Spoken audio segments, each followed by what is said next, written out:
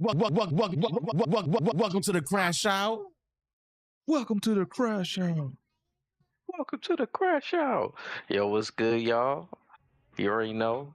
CrashOut podcast. We back at it. Ship out to get lit as always. Episode 53. Shout out, man. 53 episodes. Actually kind of crazy, man. But It is. you already know, man. I don't want to keep y'all waiting.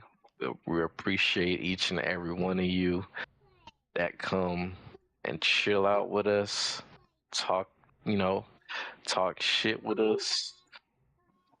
It's gonna be a good time, man. We got some interesting topics as always, and let's get into it, man. You already know they call me Nano_Blaster, but you can just call me Nano, man. Mr. Sammy, man. Not the 305? You fought the 305? Man. Damn. You know he's from the 305, guys. From Miami. Yeah, but Shout out, man. This is Afro Sammy in the building. Back again for another week on the podcast. Excited. Not as many major news topics this week, but topics nonetheless that we got to cover and talk about with you guys tonight. And honestly, it's always a good time hanging out with, the panel and the rest of you guys who always tune in at night. Especially Ferrari. I don't know how he tunes in all the time at that hour of the day, but appreciate you, my guy. Shout out Ferrari, man. Yo, what's good, everybody? It is Caleb Black Flash, #1 SBO, your residential Speedstorm, baby. We here.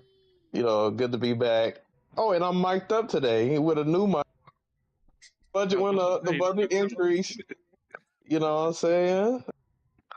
But yeah, man. Hold on, did Dallas give you the money for the mic? Hell no, nigga. Okay, never mind. It is for me, hell. That's what you need to do is get your mods in check. These motherfuckers. But anyway, that's enough. Where's my money, Dallas? Where's my money? That's how Caleb goes. Like Brian from Family. Yeah. Ooh, what's good? Ooh, yo, this shit lasts a long time. Hold on. Okay, so like this. Oh, I'm trying to do the gadgets. But anyway, yeah, that's my intro.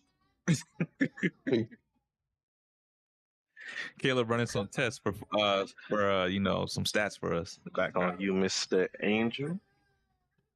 The Poppy of Speedstorm. Yo, what's up, everybody? We got a nice podcast for you today.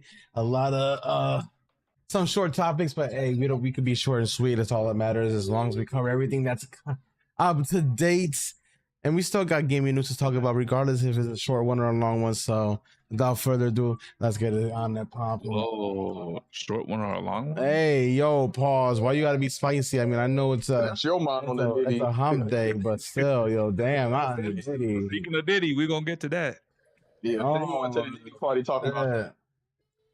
Oh, look, there's a new Diddy party in town, and it's called Poppy's Playhouse.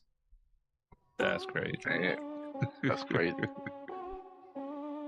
Yeah, I heard Nano's running security for that. Yeah. Negative. Welcome to the CrashOut. Put your seatbelt on me, cause we about to lash out. If you hating on the crew, you getting thrashed out. Man, we going so fast, we about to pass out. Pockets for the gamers, man, it's time to ride out. Welcome to the CrashOut. Put your seatbelt on me, cause we about to lash out. If you hating on the crew, you getting thrashed out. Man, we going so fast, we about to pass out. Pockets for the gamers, man, it's time to ride out. We covering the drama, we talking about your mama. We smoking on the ganja, we drifting in the Honda. We turning up with Sammy, OneWingedAngel with the family. Black Flash jamming like a lammy, Nano always understanding. Yo, welcome to the CrashOut. Put your seatbelt on because we about to lash out. If you hating on the crew, you getting thrashed out. Man, we going so fast, we about to pass out. Pockets for the gamers, man, it's time to ride out. Welcome to the CrashOut. Put your seatbelt on because we about to lash out. If you hating on the crew, you getting thrashed out. Man, we going so fast, we about to pass out. Pockets for the gamers, man, it's time to ride out.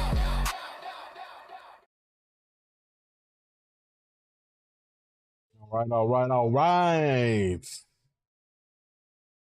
Intro is over with. All right, let's get it on that popping, y'all.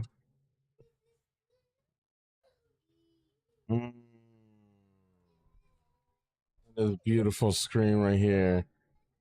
But we're not going to talk about this first. We're talking about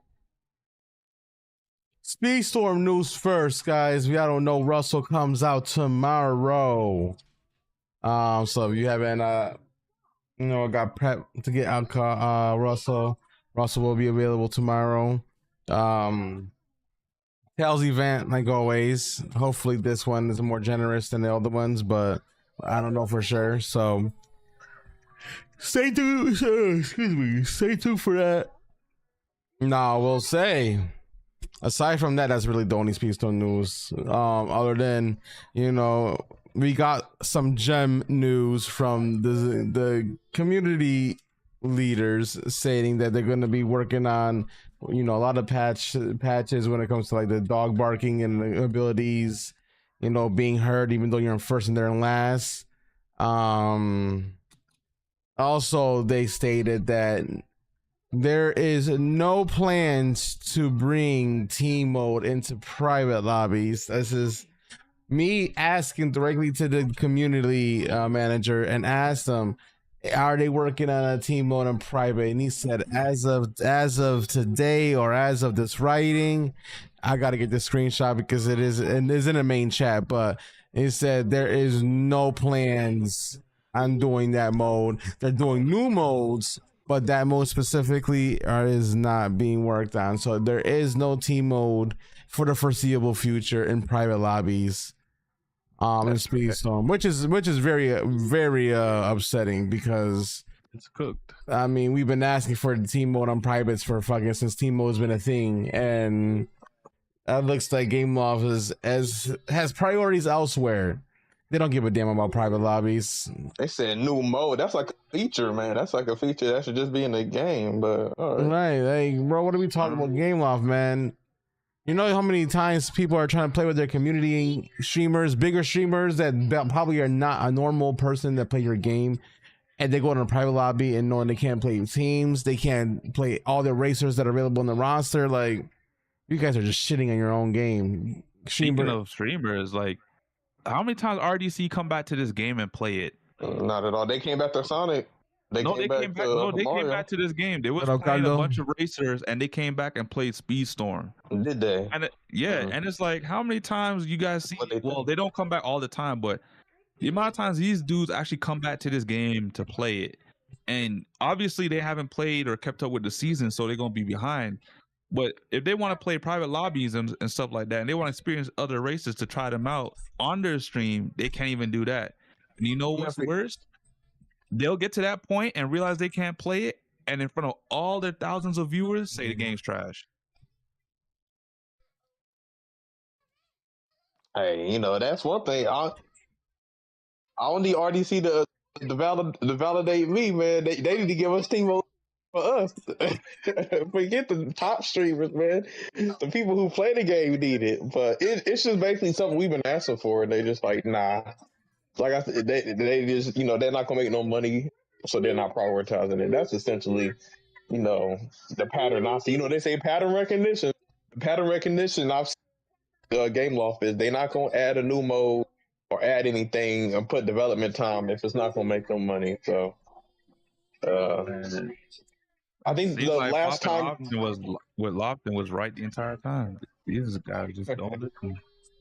I think the last time they messed with private lobbies was when people were able to access all of the characters in private lobbies, even if the ones they didn't have unlocked, and then they changed it to where you have to unlock the characters. So yeah, they can make changes what they want, but like I said, it's got to make them money, and they realized they're probably in private lobbies because people weren't getting the character. They were just like, I'll just go to private and experience the character.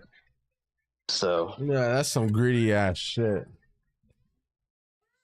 We're gonna take all the characters from private lobbies because we want you to feel forced to buying these guys. Honestly, this game went downhill when it went free to play. Because ever since then, they've been doing everything to like try to heavily monetize the game. They should have just kept what that was working for them. The paid entry. So that way, when you came into the game, even if you didn't want to do online or interact with like the world tour, you could still go to private lobbies and race there with all the racers there. I won't say I will be back on the game for Russell though, because one thing I realized is I didn't get the old man from Up for the mid season. They do that Tails event, and I just realized there's literally no way to get shards. They got like a time trial and stuff, and it's just like I just literally can't get a shard, and that's kind of sad to see that if somebody misses a mid season event, that they just can't get their character shards for the rest of the remainder of that season. That's kind of crazy. Like, where do you got to think? Where are you going to get it if you Tournament. you just aren't? Nope, not even in tournament mode. So It'll come. I'll make sure. Yeah, maybe in the future seasons they might nickel and dime it, but it's just kind of like that.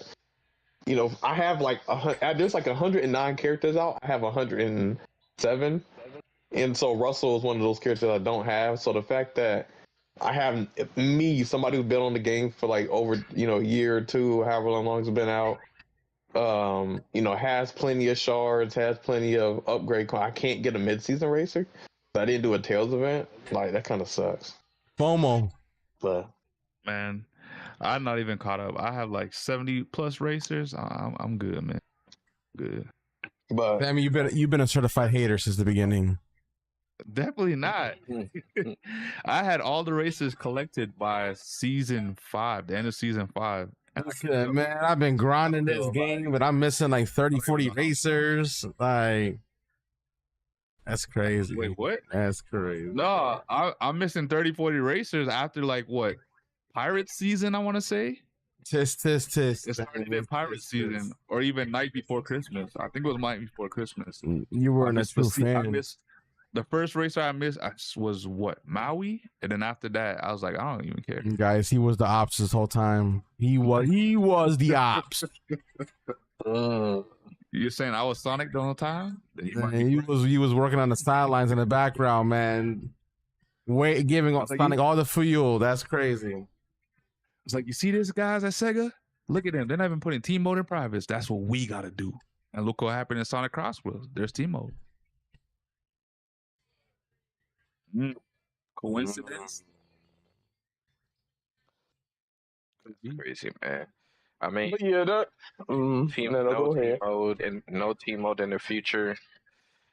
It's a bummer. I might not play the game anymore, but I do know that that's one thing that at least the competitive side has wanted, but I guess the competitive side is just that's a small minority, man. So it's hard. I mean, hard for them to like just want to develop that for us, but I mean, it wouldn't just be for. What about like privates, man? Casual content creators who just want to like play with their community and just have red versus blue team, or it just limits freedom essentially. It's just like less freedom to play the way you want. I feel like. So,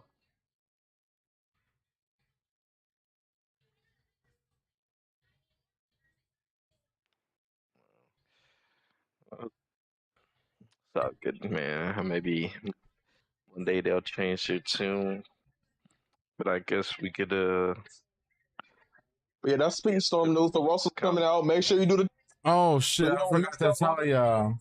like me. There's another thing that the community manager has told me. And he has told me that they are planning to do a content creator section in the Discord where the content creators and the community managers and maybe devs will be available to be in this one channel to talk to each other, and hopefully doing like Q&As and stuff like that with the content creators and the longtime players. Well, they gotta unban content creators. Because guess what? I'm banned from the Discord. BRZ Wolf is banned from the Discord. Maybe don't ban your content creators from the Discord. Like they gonna do it to only the yes men. We're gonna make this group for all the yes men for our game. Yeah, bro. Like, what the fuck are we talking about? That's I don't give a damn to talking to them. What's the point of talking to them? They ain't gonna listen to. They already said they're not adding team. Was a big content creator, but he Portuguese. He don't speak English. He banned anyways. Oh, Caleb's a big content. He do AI. He banned. Yeah, exactly. what's next? So, Like, I don't know. This should have been here when Poppin and freaking Skyliner was doing this. Hey, another Skylanders thing. came back, Skyliner actually. came back. Yeah. Yeah. I guess that Disney, Speedstorm money was running out, so he came back. You know, their pride and joy came back. He gave us also some of the events. He wasn't really fond of some of the like Tails events and how it's like structured. I think watching his video, he wasn't like. I think he takes more of a positive take, but like I think since he was there in the OG days, he didn't like a lot of the changes that they made. So I'm sure after coming out and seeing what's going on now, it's like, damn, I didn't think it could get worse. Came back and looked at the game. That'd be He ain't crazy. coming back, bro. The day Poppin this comes back, point- I'll come back. At this point, there'll be to his detriment if he came back. Sammy has said popping like 14 times within the last 60 seconds. I'm about to speak him coming to this game into existence. Hey man, Popping, this your number one fan. And Not the US. number one off. fan. He a fan. hey Sammy, I don't think there's nothing wrong with you being the number one fan of popping off the Malofta. Man. Yo, Carlo, look, man.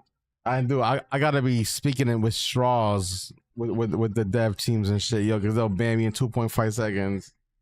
That's facts. Angel, you trying to get banned?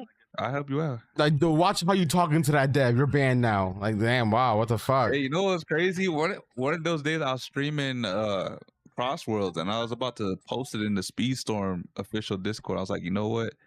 I don't give a damn. Let them ban me. And then I had a change of mind. I was like, you know what? It ain't even worth it. I'll just chill. I was gonna go crazy. I was about to go full steam ahead and just dropping it because I didn't care. That is. I wanted to be on that ban list. I wanted to be notorious, Sammy was trying to ruffle a feather. Like, I'm not gonna lie. Ever since they muted me when I was talking up about them changing, the golden pass, how you got to pay for it and shit, and I was like advocating for them to renege that announcement. Like ever since they muted me that day, I have not been found in them. Sammy, let me ask you an honest question, bro. Mm-hmm. You think Game Loft gives a flying fuck how Nah, they they don't. are though? No, they don't. But Nano, let me ask you something. Yes, sir. You think Sammy gives a fuck what Game Loft thinks about me? You probably do. You probably do. If I they said definitely some don't. words to I definitely don't. I'm ready to go to war. My He's a Sonic strong woman. Yeah, he says that's why he hates this piece. I'm ready to go to war on these streets. Yeah. Pull up in my machine No, or my stream gear. Start blasting Yeah, people well- with the drill. what if Sammy was like high key, like the biggest Game Loft fan? You got his feelings hurt. That's Ah. Hey, that would be a good story. Yeah, I probably am in a different multiverse universe, wow. That's Probably a on fact, Earth man. Prime. That's a fact. Yeah, they probably got me working. But yeah, at Game Loft, too.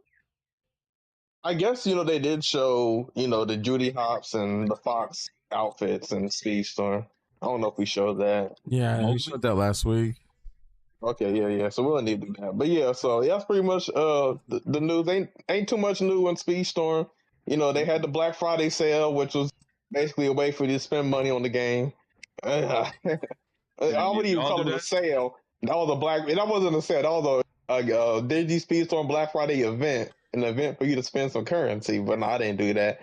Other games had good sales, like Marvel Rivals had it like to where you could get like skins 40% off, and then you could also they gave you like free shard stuff, so you get free shards on top of the 40% off. So like skins that might have been like 2,200 tokens that are legendary, you get for like only like 900 tokens. So it was that's what you Black. legendary skins. So that was dope. But yeah, Russell. But all right, we've exhausted that. We can move on to the next. There was Sonic Racing Crossworlds news, which we got a huge patch. This is the first patch and first balance change that's come out since the game has released, and so there's a lot of good changes they've made. So I think a lot of people are gonna be happy with it.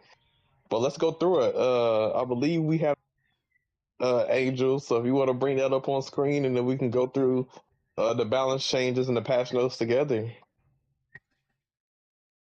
Yeah, it's already up. I was waiting out until we got to this part. All right. So what we have first, Sonic Racing Crossworlds version 1.20 patch notes. Thank you all for playing Sonic Racing Crossworlds. Today we are releasing patch. Please update your game to the latest version to access the online modes, including War Match and downloadable content. This is for the PS4, PS5, the Switch and Switch 2, Xbox Series X and One, and Steam and Epic. So yes, what they did, what this patch does bring in is the Nintendo Switch version of the game. So all the people who had the Switch 2, they were playing the Switch 1 version. But with this new patch, now players who have the Switch 2 can play the updated or upgraded version of the game. So there's that. Content update summary. Added a new event mode called Legend Competition. Will start tomorrow at 6 p.m. So, we'll finally get a competitive mode tomorrow. So I'm excited for that. They increased the maximum world match rating from 9,999 to 99,999. So basically from 10,000 to 100,000 points, they've increased it tenfold. Yeah, that's super big. So all of the players who maxed out at 999, the sneakies, now they can, they have 90,000 world points to go if they want to max out. So I think this just made it to where like the top players, instead of like feeling like, oh, I can't play the game anymore, I can only do privates or time trials, they can get back into the racing pool and play the game because what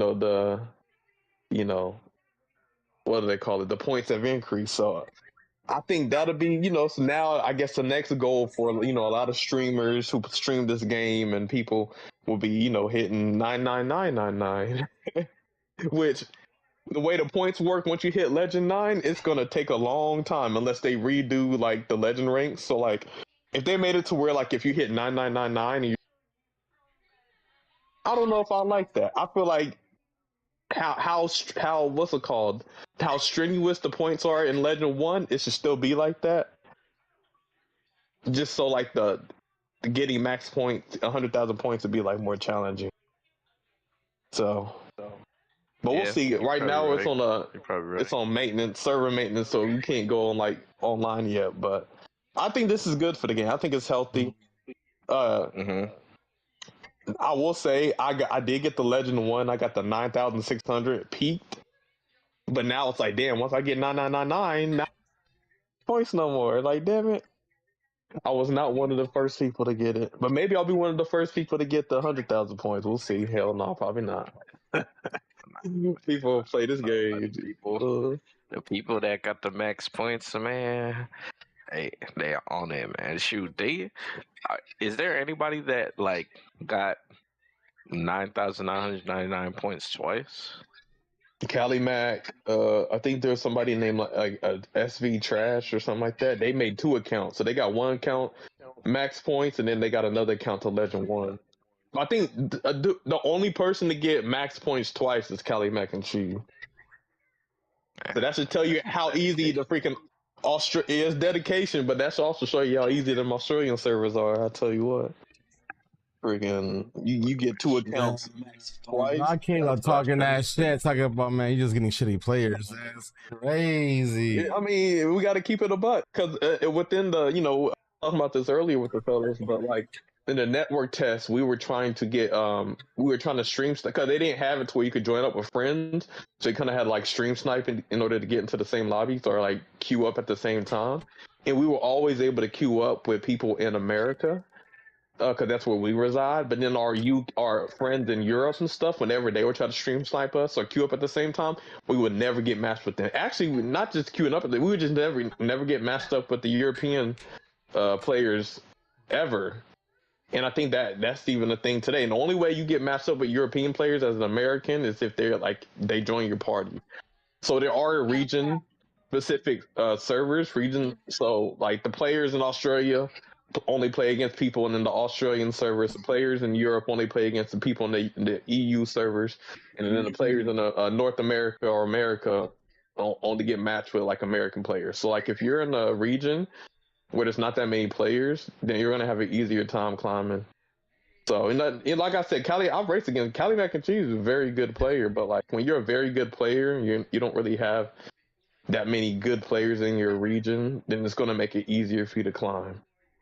That's not me, trying to talk shit. That's just me being objectively objective. But anyways, I can see where you're coming from. If the regions are kind of like the players are bound to regions. Makes sense. But honestly, this is dope. I'm happy for this. This to help with the longevity, because what you don't want is like all of your player base getting 9,999 points.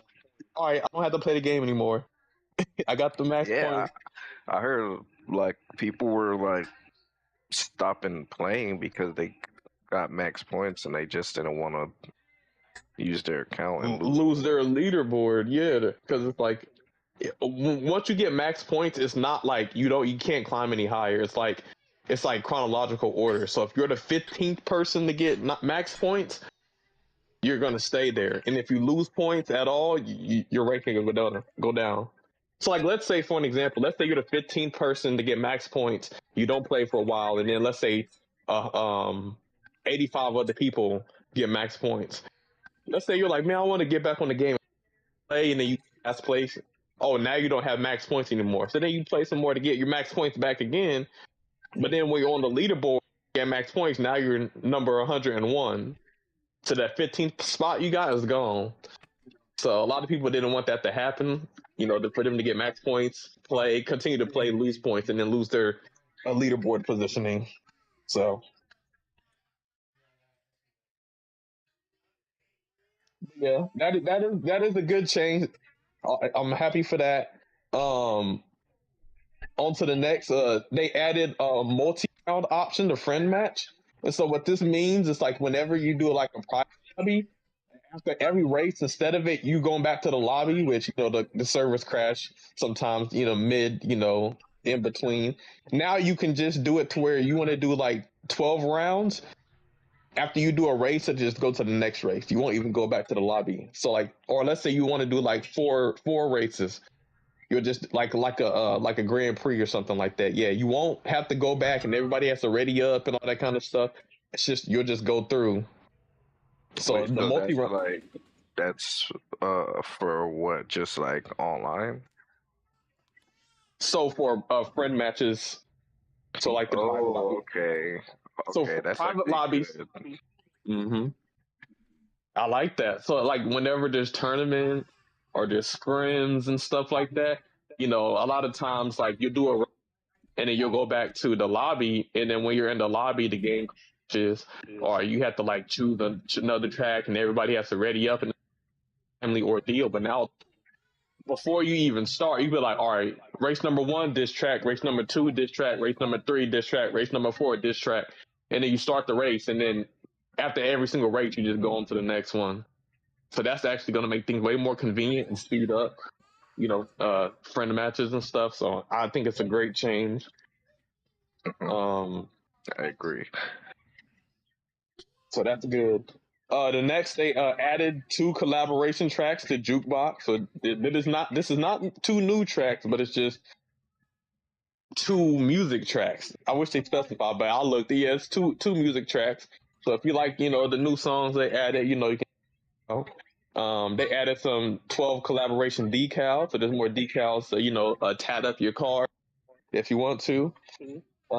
They added 6 new gadgets, which the 6 new gadgets are actually some very good gadgets. It is there to help the mid pack. So I don't know if we want to go over the gadgets real quick.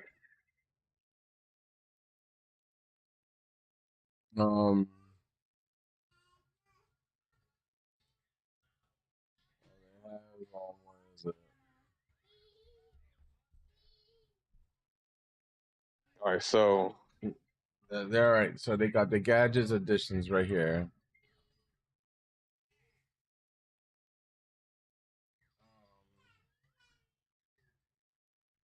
Wait. Are we talking about like the gadget additions and adjustments? Right? Is that where you're trying to be at right now? I was just gonna what's it called? Yeah, we can go to gadgets and adjustments. So the first gadget they added, and then there were some pictures I sent to the crash out too. I guess we can show after or something. Or All right, that's what I was looking for. Okay. Oh, I see. Okay. I see what you're talking about, Caleb. Hold on. yeah, we'll go over it that way.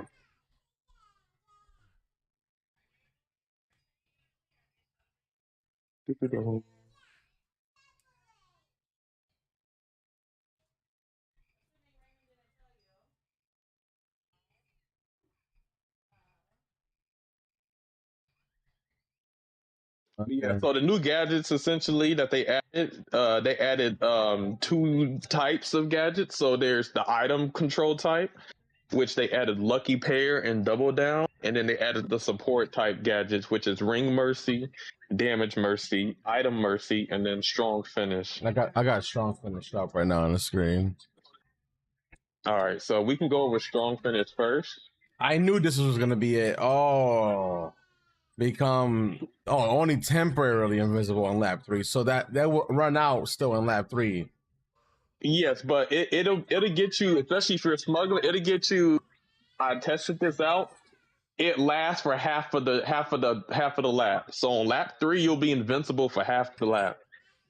So that's actually a really, really good gadget. That's still good. Yep. Oh yeah.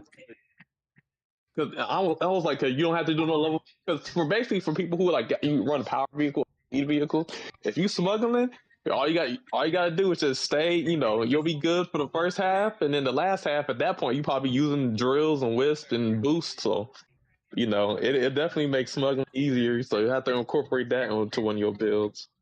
But definitely a great gadget to add to kind of counter the level 4 ult charge. Technical drift. I think this is something to give the other classes more leeway. So definitely good gadget to add more balance. The next, I guess we can go to the next. What's the next one on for you? Is it Item Mercy?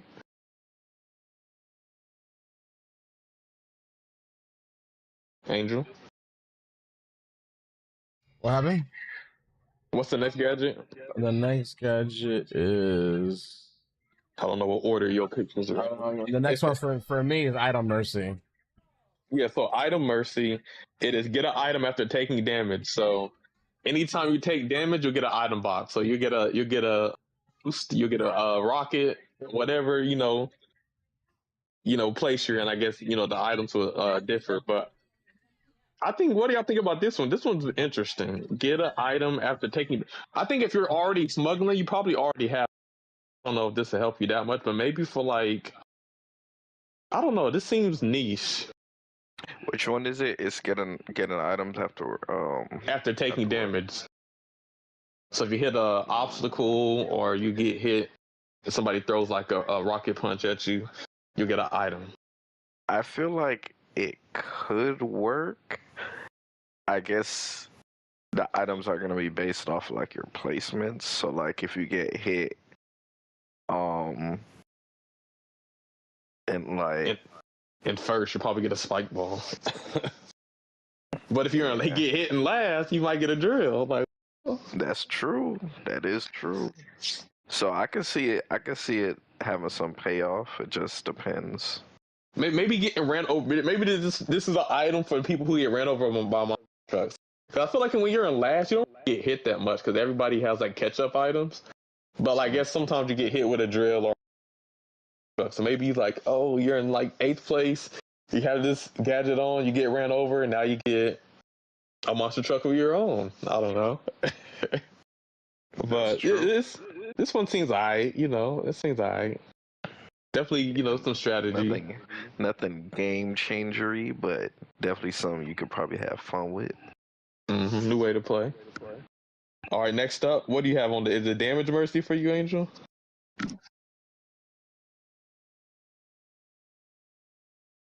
Got item number 3.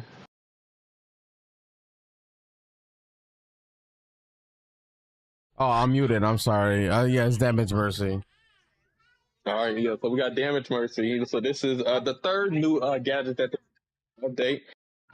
Become temporarily invincible after taking damage. So you get hit. I guess this is stop it to where you don't get hit multiple times. But I thought you kind of already have some invincibility frames. But I think this will be good. Maybe I could see this used with like quick recovery, because maybe like you get your quick recovery and then you're invincible for a little bit. So That give you more sounds leeway. like a nice combo. I just don't like having to get hit. But I guess it's good for, Okay, Caleb, you tested this out? I haven't tested this one out. Oh, okay. You're saying you're not trying to get hit. The issue is you're thinking about going to get hit. You should just worry about driving your race and expecting to get hit at some point, and this will come into play.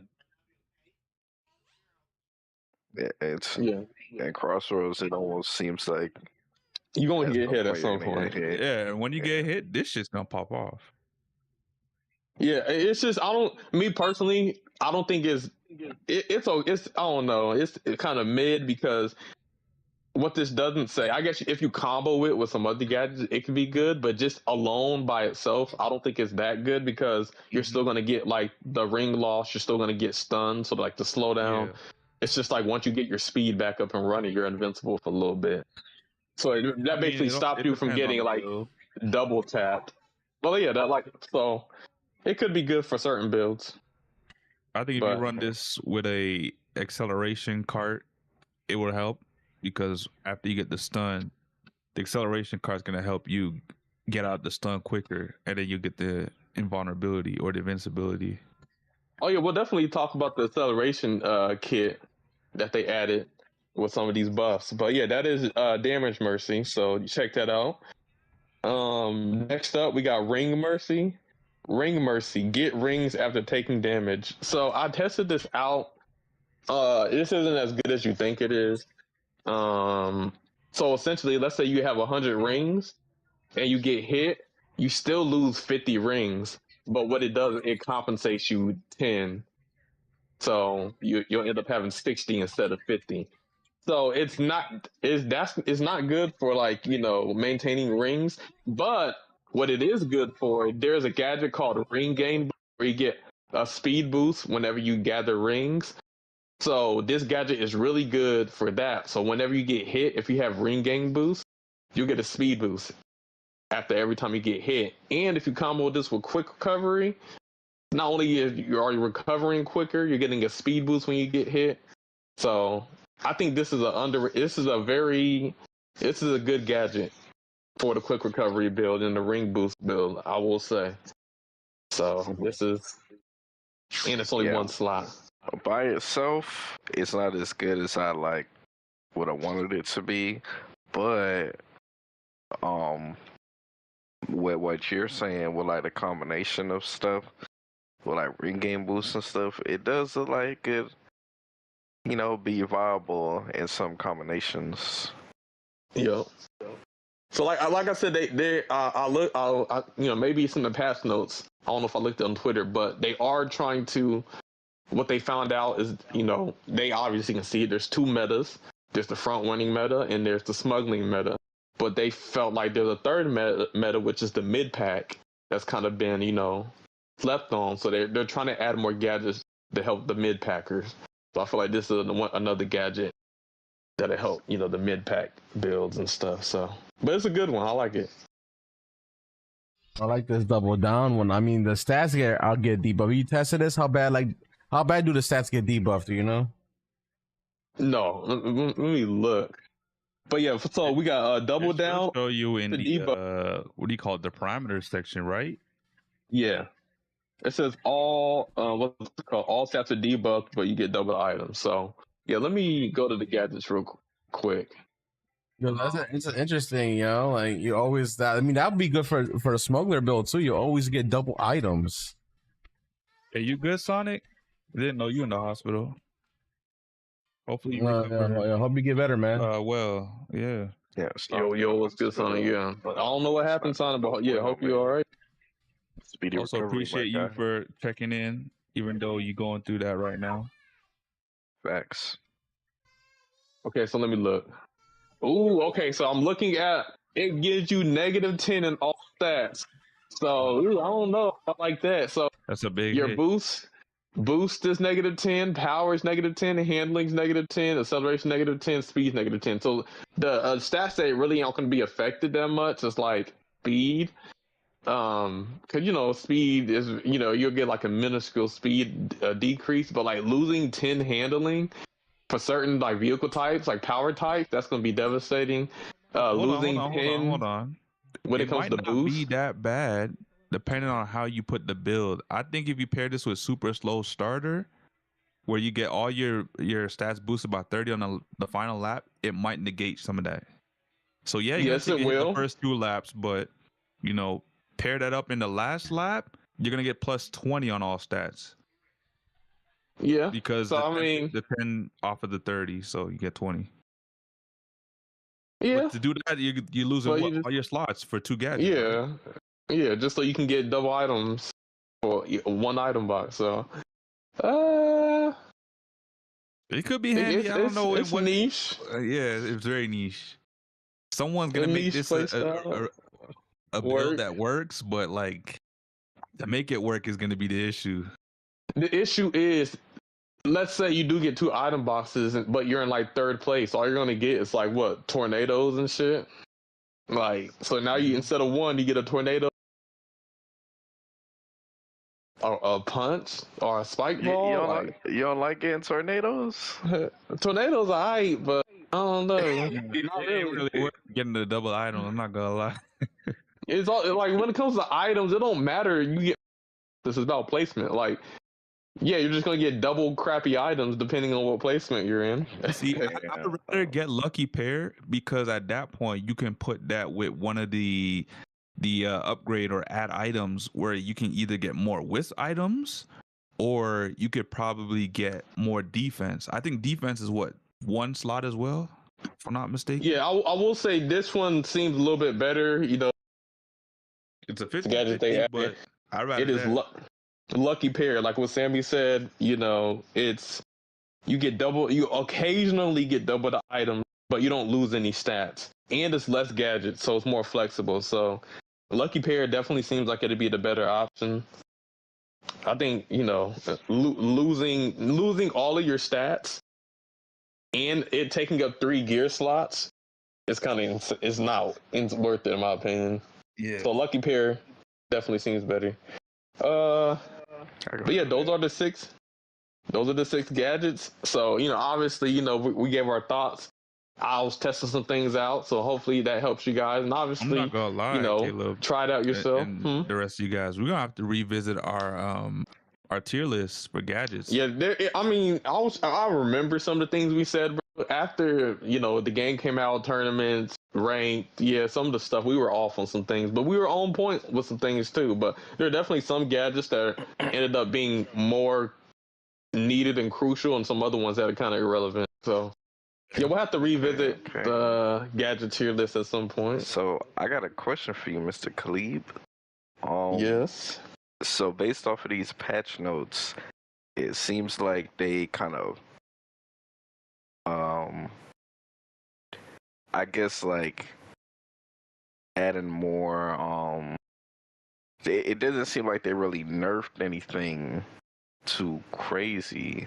Like, so do you think it's better if they just like? Do you like this style of like balanced patch notes? I like the patch or update that adds more tools for you to use in order to combat other metas versus them just like making every other meta crap. crappy. And honestly, this is competitive player ego. Talking about, oh, they need a nerf item, they need a nerf. Why? Why? Because you don't like the play style? Because you lose to us? Like, no. Like I said earlier, when we were new, we came from Speedstorm, when we were new to the game, we were trying to put other people on the game and be like, yo, you need to try out Sonic Crossworlds, and they did the network test. What were the biggest issues people had is the item getting stunned way too many times. So guess what? They added Ultimate Charge once the full game came out to give people tools in order to combat the item spam. So there, if you are skilled enough, or you whatever, you can hit level 4. You can negate some of the item chaos. Like the gadget's in there for a reason. If they nerf the gadget, then it deletes the whole purpose for its existence. You know what I'm saying? Like it has to be there for a reason. And then like catch-up items are just a thing. So I like that they literally just made it to where it's giving you more tools. So the people who complain about, you know, the level 4 or the smuggling, guess what? There's new gadgets you can use to, you know, combat some of that. So, you know, maybe you try the mid-pack stuff. But yeah, we can keep going over the patches and go over, you know, some more of the changes, because it goes over some of these things.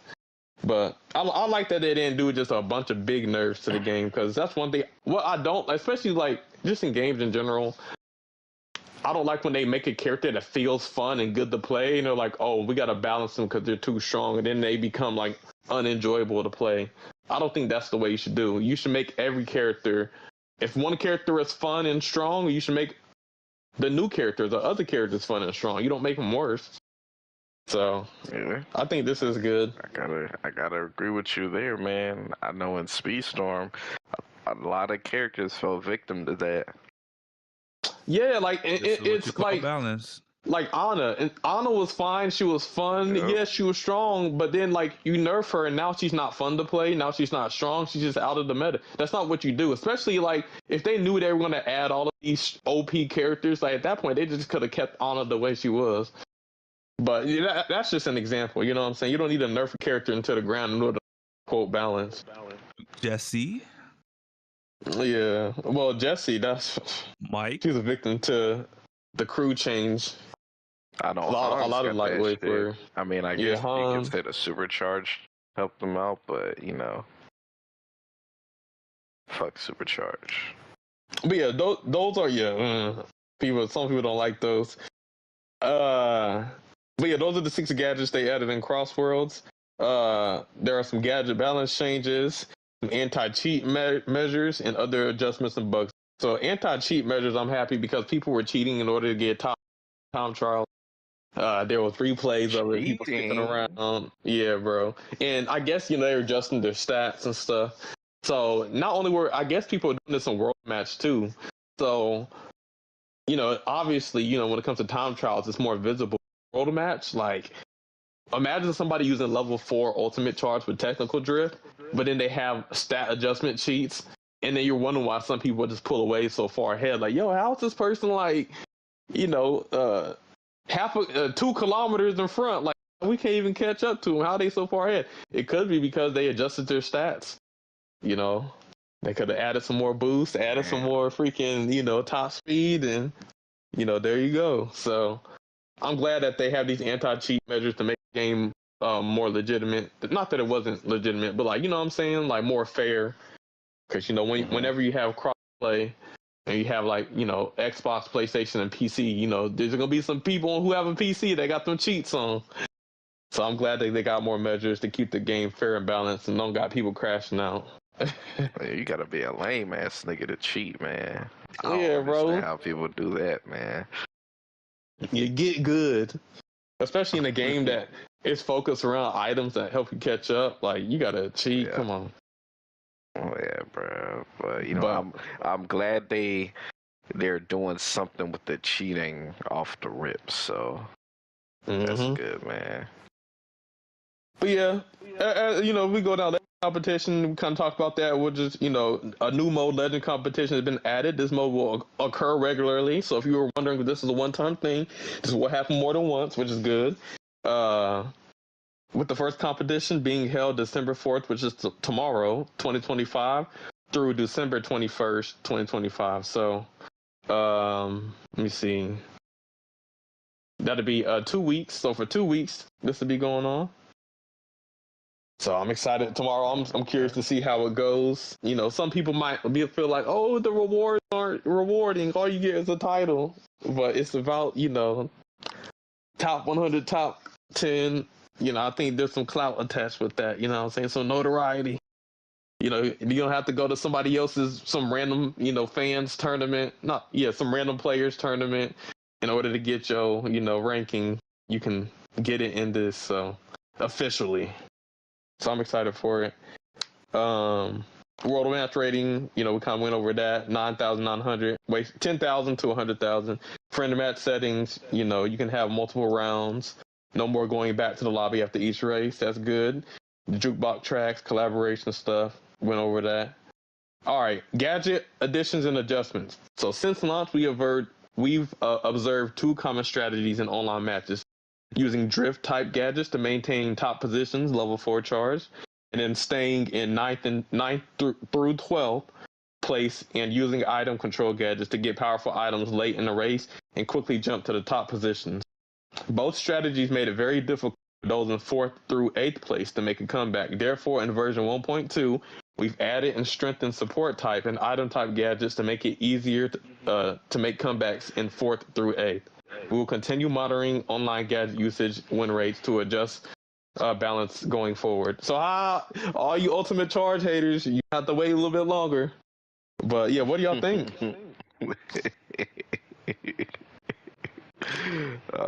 So basically, from this change, what they like change how like the mid pack, they changed some stuff to make like being in a mid pack like More valuable, because that's the most chaotic place to be, is in the mid. So yeah, man, the mid pack's scary, man. It's do you dirty, man. I feel like that's where I get done dirty the most, is being in the middle. Oh yeah, because that's where all the monster trucks is and everything. and they're getting monster truck saws, rocket punches. It's just like, yeah, you're kind of done. So Facts, man. I'm glad instead of just listening to some niche competitive player, that they actually looked at all of the data and did what is, you know, probably the most healthy for the games. And obviously we went over the gadgets and stuff. Also, in addition, the following gadgets that were previously distributed as festival rewards can now be purchased with Donpa ticket from the gadget customization screen. So this is for people who missed the festivals. You know, I whatever. knew it. I knew that was gonna happen, bro. Yeah, bro. How many Dumba tickets you want to spend? Like thousands? Nah, I'm good. If I be expensive, you have to grind it. If you have to grind for festivals, I ain't Probably, spending Dumba tickets. but you gotta like think, like, if a new player, let's say somebody gets the game a year from now, yeah, because it's on there's sale. probably a lot of they're gonna need a way to be able to get the gadgets that were previously in the game. So, you know, it just makes sense. Like the Dumpa tickets, those were the game's currency system. So to me, it just makes sense. That's why It's gonna be a lot of grinding. It is, but they want people to be on the game a while anyways. Yeah, it's healthy, because that means that a new player won't, like, 'cause especially if, like, let's say like a gadget comes out that's a meta and that you have to have on, you know what I'm saying, in order to win races. If you're new to the game, you know, and you don't have access, you're kind of SOL, you're screwed. But I like the fact that even if you missed the event that had the, you know, the OP gadget or whatever it is, that you can still access it, you know, in some kind of way. Yeah, I'm You not know, saying it's a I gotta bad spend thing. some Dumpa ticket. I'm just saying, you know, sucks for whoever got to spend Dumpa tickets. Yeah, but I mean, people, maybe these they gadgets don't gonna care, probably man. cost 1,000 Dumpa tickets per. yeah, but it depends. If it's 1,000, that's doable, because I mean, people are grinding for these AI skins and titles, and the titles are like 14,000 Dumpa tickets. So 1 or 2,000, they get a gadget. I don't see no problem with that. Mm-hmm. And you got to remember, Sammy, you're gonna be able to pick the gadget you want. So Yeah, so you got to get the other the crappy ones. Spend your money your way. yes, sir. All right, next up we got. Now we're getting to the balance changes. So these are the nerfs and the bugs. Gadget adjustment, quick recovery, further reduced downtime after taking a hit. Previously, quick recovery provided a large benefit when hit, but losing rings often led to lower final positions. The gadget has been adjusted to allow more mid-position endurance. So they reduce the downtime. So that means when you get hit, you're going to recover even quicker. So the quick recovery gadget is so for the power vehicle, all my powerful vehicle users that use it, hey, we eating. But next up, acceleration machine kit. Recovery timing further reduced to align with quick recovery's adjustments. So acceleration machine, I actually tried this out. It didn't seem like you recovered that quickly, but I think if it's in line with the quick recovery gadget, then maybe the acceleration gadget or machine kit, maybe will be viable and played more. Because if one thing in this game that is not played a lot, acceleration vehicles and acceleration gadgets, I would say, are the worst. So it's good to see that they are buffing it to make it to where you can recover quicker. So I'll be trying it out, see how it works. Wisp chance up.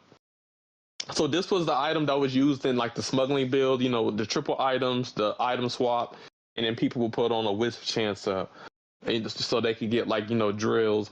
Then, because a drill is considered a wisp, a laser that's considered a wisp as well. So they're nerfing the wisp chance up, reduced the influence on item probability. Previously, wisp chance up made it too easy to collect powerful items before the races end and aim for the top positions. We've dialed this back a bit. Honestly, I don't mind this because I've been using the smuggling build without the wisp chance up, and you're still able to get good items. Obviously there's some other items that might show up, like the ghost or like the slime, but you're still gonna get wisp. You're still gonna get the drills when you need. So obviously people will say, oh, they need to nerf items, so maybe this is will make some of them happy. It won't be as easy to get drills and stuff. So, but honestly, I have no issue with this nerf. What y'all think? I agree with you. Like it's I guess if like players are kind of dependent on it, they're probably gonna get hit. But I do think even without the items or even without the wisp chance up, like if you're in the back at some point, you're probably still gonna get like a drill or something. So I don't think it's that crazy. Yeah. All right, and then they have invincible start. Vehicles now flash just before the effect ends to make the timing clear. So maybe this is for the level 4. Maybe it's gonna be more of an indicator when somebody's about to go be vulnerable or whatever. So it's not nothing that really. I think it's just something that makes things more visible. So I think that's a good change. So you better have your level 4 ready, because it's gonna be more noticeable. There will be a flash right before the effect ends. So I like that. So that I guess you could say it's a nerf or a balance change for the level 4 drift. Because I think that was one of the complaints. It's like that a lot of people will blame it on desync. Be like, oh, I never know when I can hit somebody with level 4 drift because of the desync. Well, now you'll be able to see. Other adjustments. Adjust the appearance of Silver and Blaze AI skins and the color of Race Park Rivals team dimensions, as they can be mistaken for Invincible state. For Eagle-Eyed, the new color scheme is based on turquoise blue, or a Silver the Hedgehog emits when activating his abilities. So this, honestly, I'm not a fan of this change, but I get why they did it. So I personally love the way Blaze and Silver look with the Silver AI skin. Because his name is Silver, so him being Silver with the AI skin glowing, you know what I'm saying? It looked good, but now he's turquoise, and it's just like, really, like more blue AI skins. Now, I wouldn't have an issue with the color blue. It's just like they just made Silver's AI skin worse. You know what I'm saying? Like, am I tripping? What? You not? You right? I'm on the same boat as you. Hey, man. Like, hold on, let me. Like, Shit, let them know why you think they made that change. but they did this because, like Sammy said, the technical drift with the ultimate charge, level 4 ultimate charge, where you get a shield. Silver Surfer. It's silver. He calls it the Silver Surfer build. So if you have somebody who has a silver AI skin, and then they're also running level 4, you're probably not going to know when they're invulnerable or not. You know what I'm saying? Because they're silver the whole time. And so now when I think about the first, Crossroad 500 tournament that Dallas did, S7 won, but guess what character he was using? Silver. He was one of the first people to use a level 4 technical drift, and he was using silver. So, you could say that potentially people didn't know when to stun him. Like, damn, I don't know when I can stun him. But I guess, like, if you're just going off of color theory, you kind of do have an advantage using the silver AI skins with technical drift, level 4 charge. So they made it to where it's like, that's not going to be a problem anymore because they're just going to be turquoise. So to make it more fair and balanced. So Are there when it comes to the AI skins, do characters have multiple AI skins, or is it just one? they just have one, but the character with multiple AI skins is the AI character Sage. So Sage has like a golden AI skin, and then she has her like dark red one. But everybody else only has one. I could actually see them in the future coming out with more AI skins for, That would be nice. characters. Can we get a red AI skin for Knuckles? Like we got all Knuckles. Yeah, we just got Knuckles blue. But so yeah, we can pour one out for the AI skins for Team Silver, Team Blaze. Improved machine handling after collisions with other. Oh my gosh, thank goodness, because sometimes when you're like on the water sections and you're like trying to turn, like if somebody collides with you, you just get, everybody just gets like magnetized and ends up getting like pushed into a wall. That stuff was trash. So maybe this will make that better and alleviate that. Improve directional input detection to make it easier to use items in the intended direction when driving. Okay, that's good. Adjusted race communication, prioritize syncing information that affects race progression, improving correct reflection of invincibility, such as ultimate charge activation. So this is what I was talking about, or people are complaining about, is not knowing what somebody's level. So now, because of the desync, so apparently they fixed it. So now, the desync won't be an issue. That it'll be more correctly reflected. So I like that.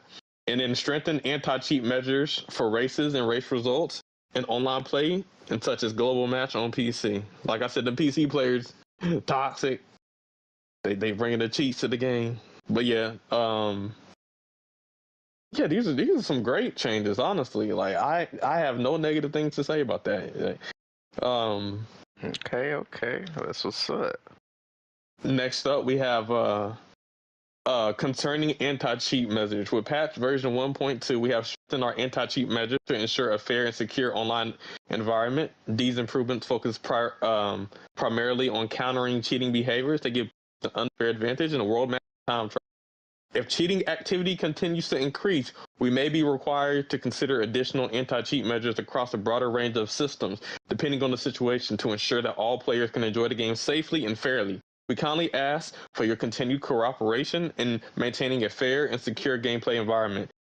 We will continue to listen to the community and make ongoing to protect the player experience and ensure that the game remains healthy and enjoyable for. Thank you again for your continued support of Sonic Racing Crossworlds. So I love hearing that. Stop cheating, niggas. Yeah, cheating ass nigga. Quit it. They gonna put an end to your. You feeling like you on top of? I'm the best player in the world. No, you're not. You're gonna have to earn it the hard way, like everybody. Get good. I know. You're like you're in Garfield kart racing. I know. I get it. So you come to Sonic Crossworld. That's the number one Garfield kart racer, and then you get smoked, and you're like, oh, I gotta put the cheats on. But nope, not no more. You just have to. I know you're the number one man. You're the number one Nickelodeon All-Star kart racer. You're the number one DreamWorks racing player, and then you wanna continue fighting Sonic, so you put the cheats on. But nah, no more. Can't be number one in DreamWorks. They ain't seen me. Sammy, you don't know what? Number one Puss in Boots. I mean, you are the only player on the game. Hold up. I don't know about all that. Let me check the Steam charts. Go online right now. Yeah, check the Steam charts, please. You gonna be your first online match. Straight bots.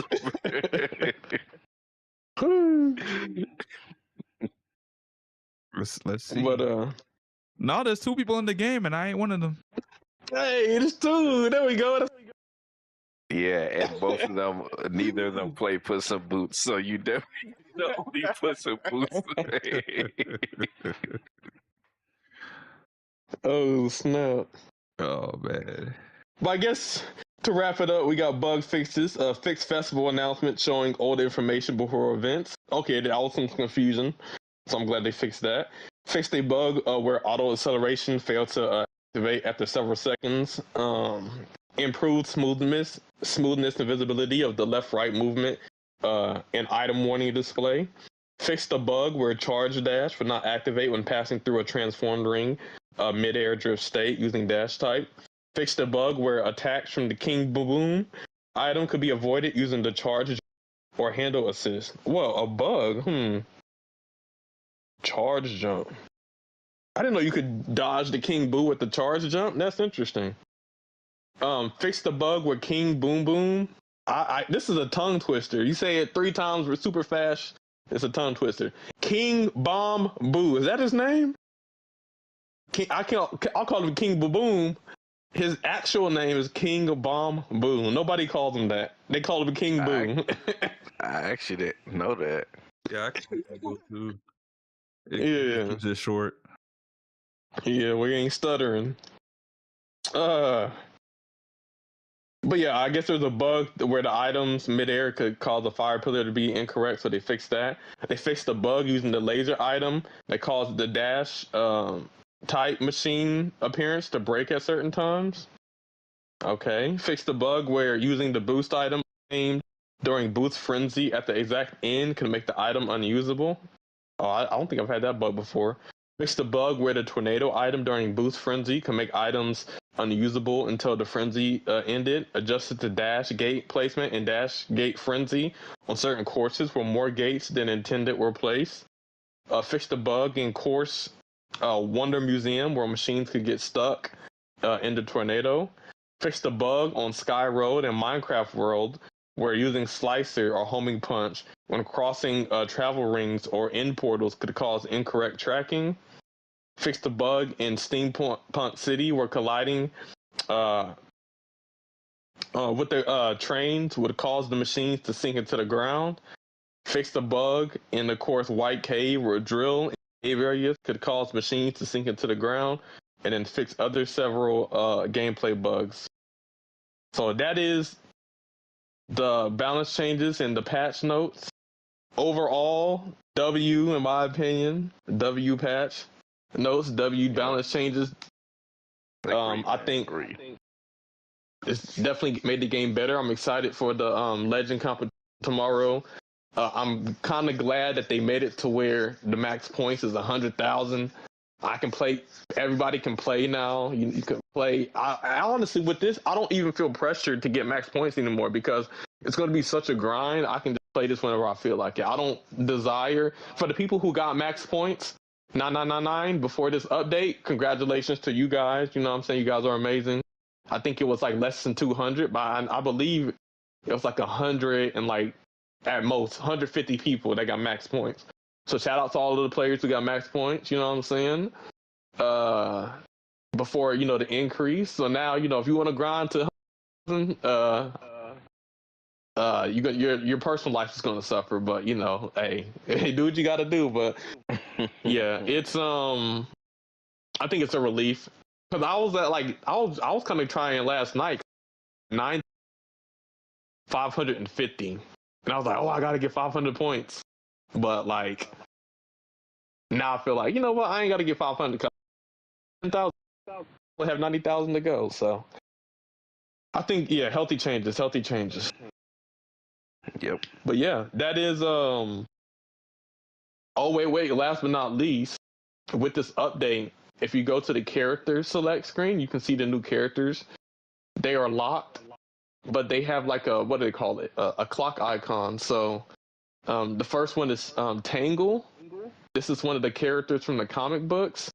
She's an acceleration type, but now you can kind of see her on the character select screen, and you can see her stats. And you can compare them to the other characters. So that's good. We got a Whisper, and Whisper and Tangle are going to be released in February.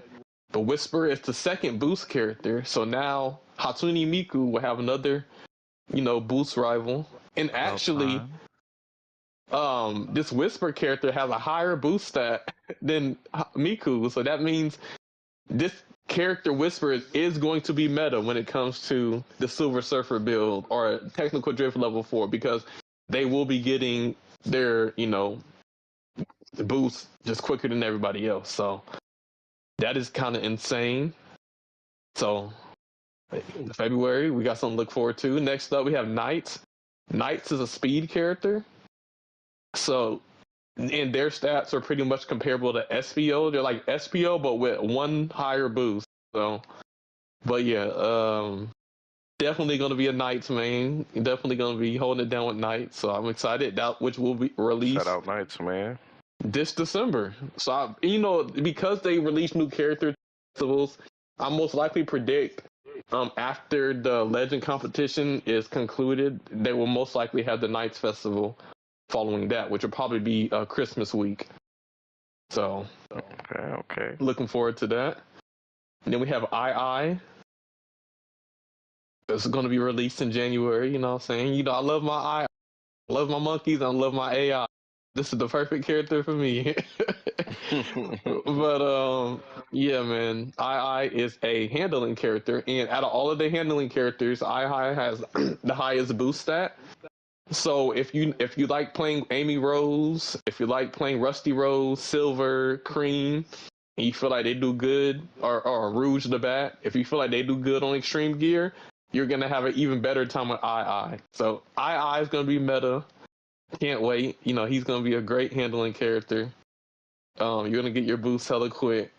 Definitely, I'm gonna be an II main. You know what I'm saying? And then we got Pac-Man. Pac-Man, he's the DLC character, paid DLC, but he will be releasing in January. Says it in the store. And with the Pac-Man, you got Blinky. Blinky is speed. Pac-Man is acceleration. So that is your character updates. But yeah, that is Sonic Racing Crossword news. So overall, man, I think some good changes, y'all. Some good changes. Now, I'm not gonna lie, this is how you update a game. Game Loft, take notes. Yeah, No Game nerfs. Loft. We always hitting on No Speedstorm. real nerfs, just visual nerfs. I kind of gotta agree with him though, Angel, because how many times we got a update or a quote unquote update from Game Loft, and that shit was not an update, bro. That shit sent us back 3 steps. Yep. Update would come with more bugs and glitches, You're right. Yep. You're right. more You're right. exploits.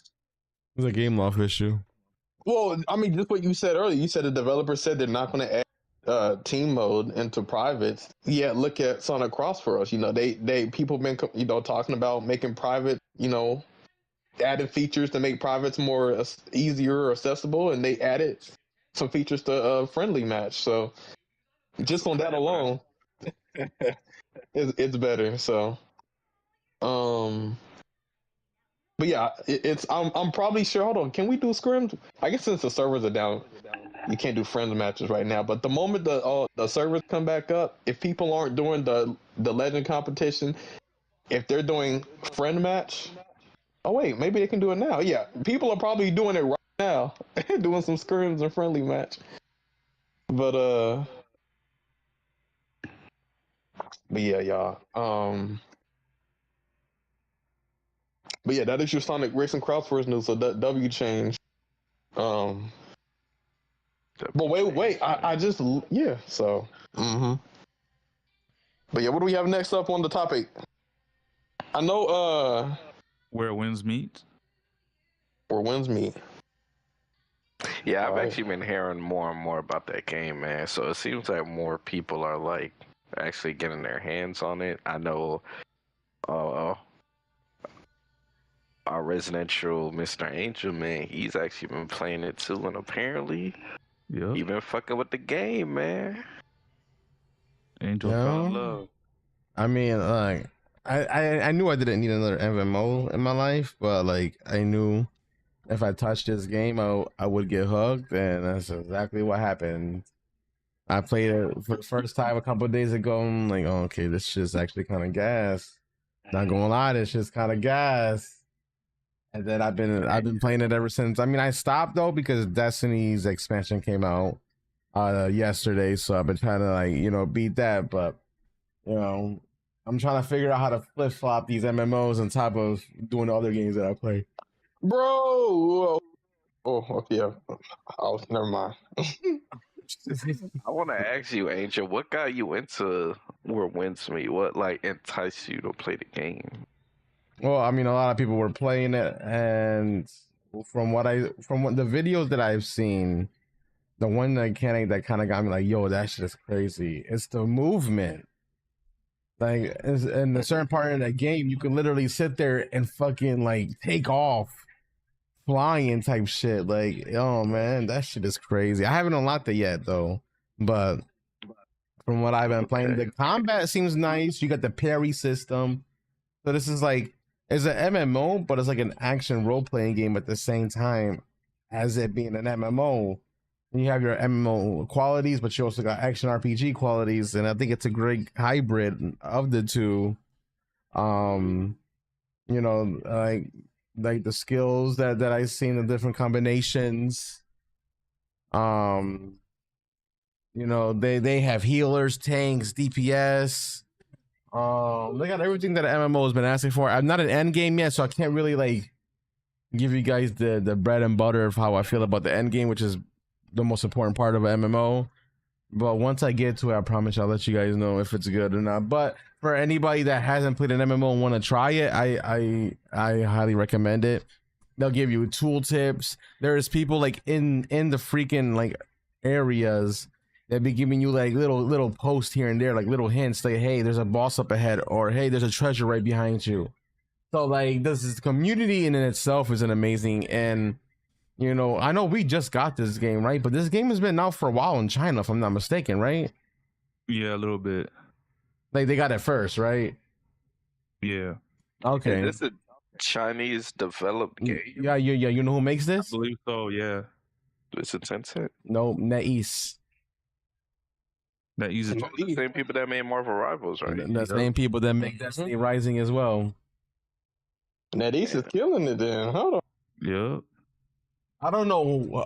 They must have a big ass like building because they're like actively working on like 10 plus games that are live service, gotchas, MMOs. I'm like, how do you guys do this? NetEase is one of the biggest mobile publishers.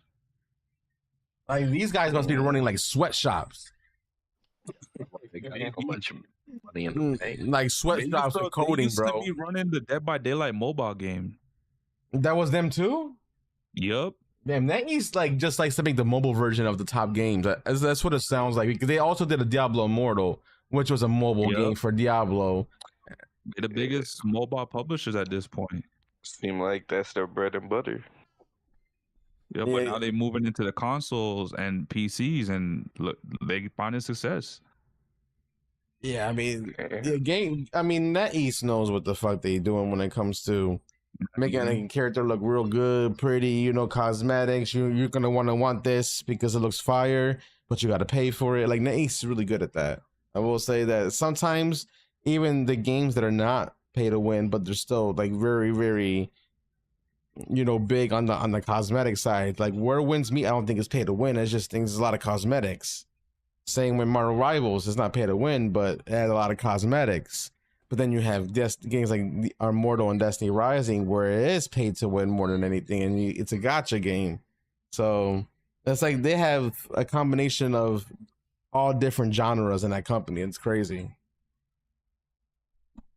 Okay. Man. Shout out, man. All right, I heard Sammy, did PvP in that game's actually lit. do you plan on playing that game, Sammy? Yeah, at some point. I have a friend that's playing that game right now. He actually says he really enjoys it. Yeah, this is my style of game. Like I grew up watching like the Wuxia type of movies, you know, Crouching Tiger, Hidden Dragon, House of Flying Daggers. So this is right up my alley. So I've been paying close attention to this game back in when it was first announced and like it was in development, and I've been like closely following the game. And then back in the summertime when people got their hands on it, like content creators. So I was just waiting for the drop. Sucks that it's not on Xbox as of yet. Don't know if it'll have an Xbox release, but it's on PS5. So console gamers, you know, you can still play this. I am looking to see if I can get it on PC. I mean, I can get it on PC. It's free, but I just gotta see if I can handle it on my PC. Oh yeah, that's another thing. Thought this was on Xbox too. Yeah, I don't know what the fuck's going on, but Xbox is slacking. But I mean, I have played this. Make sure if you guys have a gaming PC, make sure you run this on DirectX 12. Unless you got a shitty PC, then don't run it. But definitely make sure you run the DirectX 12 version of this. You can unlock DLSS and all that good stuff. And man, when I tell you this game looks beautiful, this game looks beautiful, man. Like, Yep. fuck, man. I wanna show you guys how beautiful this game looks, but like it uses You up a could. lot of my GPU sources right now. If I were to do that, that shit would be like my You know what? crash. You could put up a video or some gameplay in the Yeah, back. but you know it's not 4K max settings though. You know what I'm saying? I want you to see the fucking the particles of the grass flowing. What? Angel smoking that. You know what? A loud pass? So this game is it is an MMO game, right? Yes. Yeah, to a degree. It's an MMO. Okay. Like, man, shout out, man. Hopefully the game has a good lifespan, because it seems like Oh, people it loving will. the game now. So I just want to see. For me, I usually base like what people say of the game after the honeymoon phase.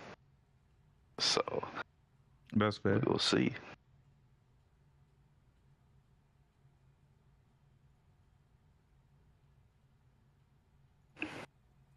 Yeah, this is definitely it's definitely a good game. I don't know, you know, where they'll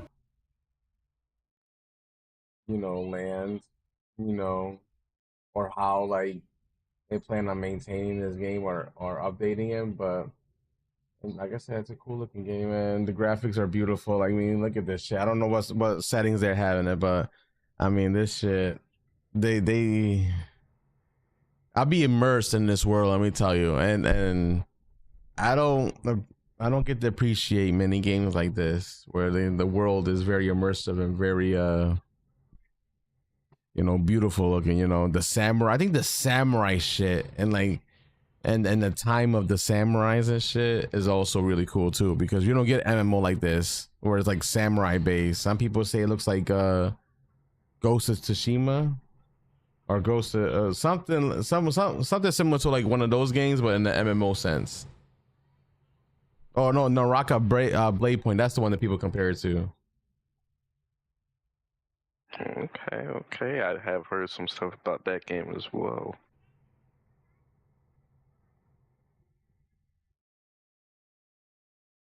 Yo, Sammy, get your butt on this game so we can team up. Oh, we're gonna team up at some point. I don't know. I don't know if my PC will be able to handle this. My laptop, my gaming laptop, be able to handle this. I gotta see. Just so you know, Minimal specs. I'm a uwu girl in this game, by the way. That's crazy. What? What's crazy?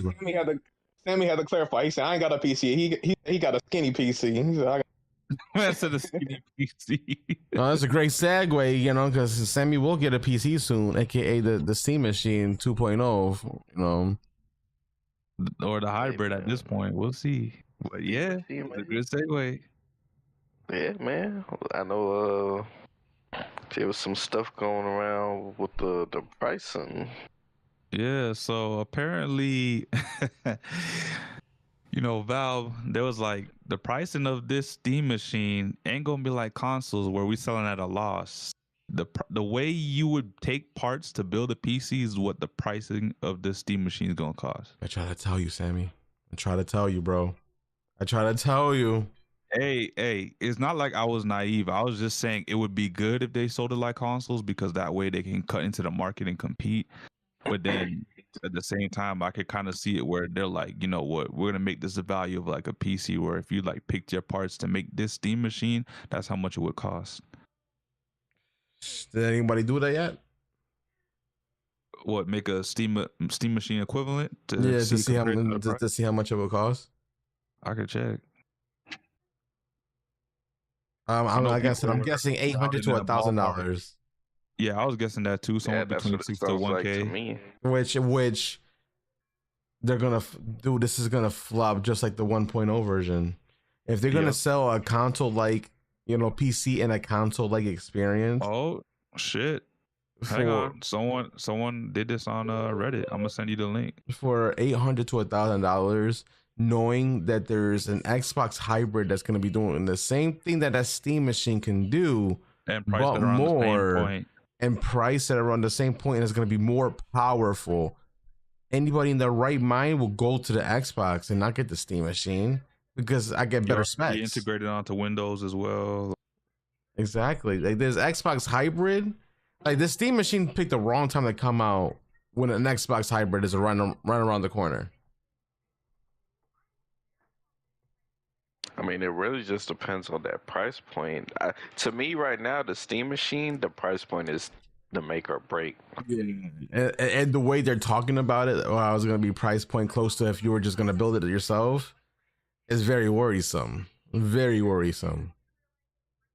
Because I don't think it's going to be priced competitively by saying that.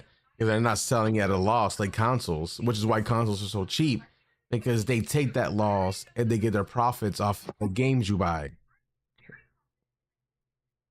Apparently, they actually were interviewed, the people that are making a Steam machine, and one of the questions were if they were all right with like selling it, and I'm like, paraphrasing. One of the questions were asked if they were fine like selling the Steam machine at a loss. And I think what they said was like they're just gonna try to sell it as competitively similar to what like the average like PC market is.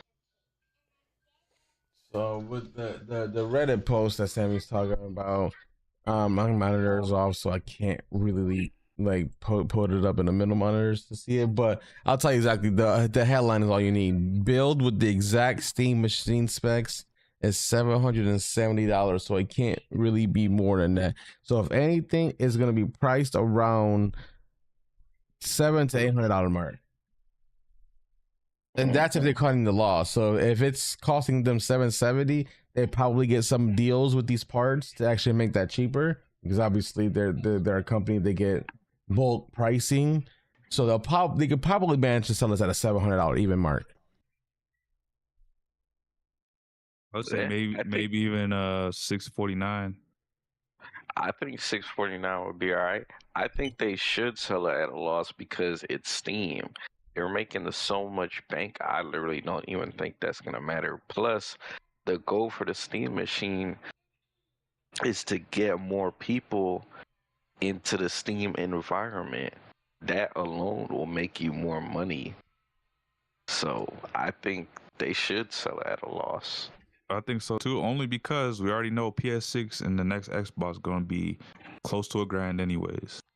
So if you can undercut them both while, your console's a bit underpowered than both of them, but in terms of like being able to upgrade it, there's a possibility.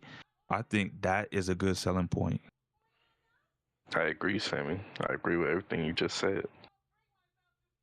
Because like if they're looking at it in the form factor of like, oh, you know how the PS6 can upgrade its SSD, we can do that. We have it as a base power, but anytime you want to take out this part and plug in the next part to upgrade your console, you can do that.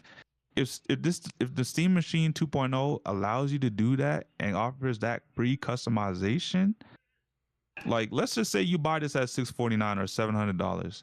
And then 6 months from now, you're like, oh, let me upgrade the GPU now because I could put down like 1,300 on, I don't know, a 5080 or a 5070. All of a sudden, this console don't look so weak. All of a sudden, it's more capable than what a PS6 can offer or the next Xbox can offer in terms of power. I like where you're going with this, Sammy, but there's one problem.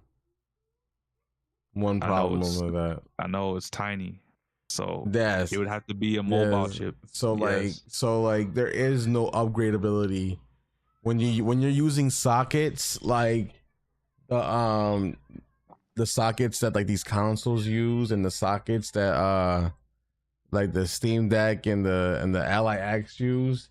They use Yep. APUs, so like they use like a CPU GPU like together chip usually. Or they'll have like a specific proprietary motherboard for these type of consoles, and unless so they're gonna get the mobile chips for one, and that's usually soldered into the fucking motherboard, so there's no way for you to upgrade that GPU chip. I think someone's gonna find a way. There's always that one. I mean, it's gonna be niche because there's gonna be like 100 people that do this, but someone's gonna find a way to do that, where they can upgrade the Steam machine. I love that, man. I mean, at that point, you might as well just buy a PC. That's that gray area, man. It's like you could try to make a console PC / thing, but like,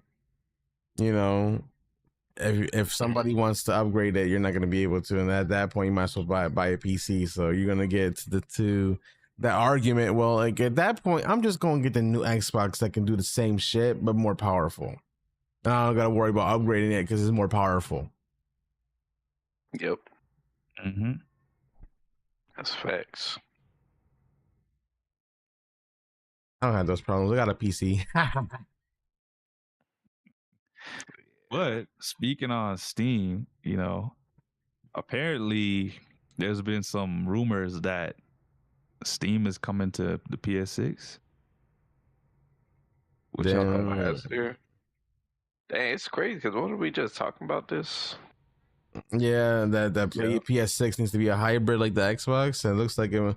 Look, man, I tell you, man, Sammy, when I tell you these companies ain't stupid, my guy. Like once they look into what the competitor is about to do, like they're not gonna just be like, oh no, yeah, we can skip over that, because they know for a fact that's the nail in the coffin for them if they go by that logic. So they're gonna see what the other company is planning on doing, so they can one up them, or they can do the exact same thing and just hope and pray that their player base in their community will just buy their console over the competitors. I mean, it's only a matter of time, and like I said, they can always do this in the software update, so you don't, if they're already like so far gone into the operating system and the manufacturing of this console already, because it's supposed to come out pretty much in another 2 years. like I said, it'll be a software update. Boom, they'll put the Steam integration, Linux integration into the Sony software. Boom, boom, you're done. It's not hard. It's not hard, man.